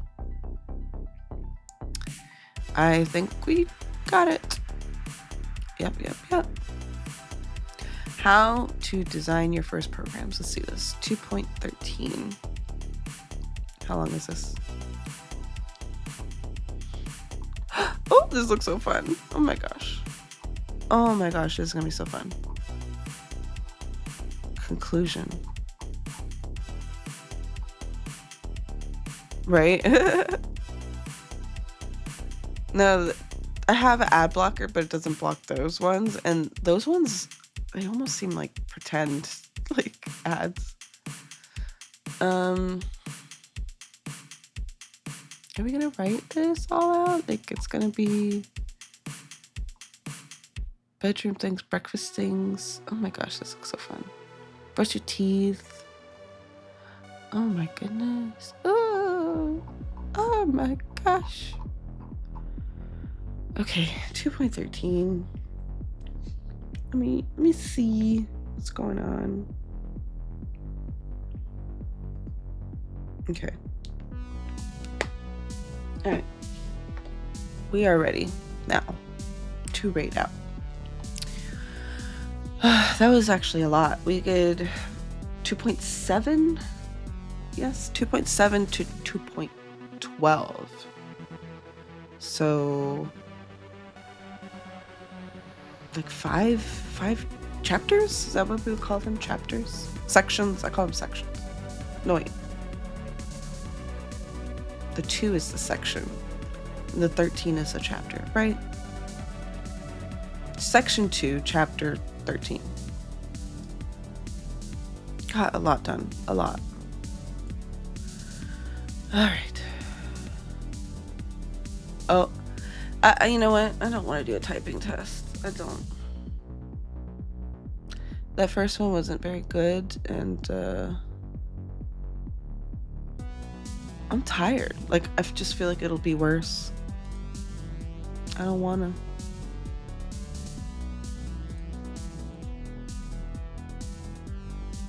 All right. I always copy the username from the URL. I just don't want to ever raid like incorrectly or like it. And you know what? It's just like it not work. You know what I mean? Okay. Start the raid.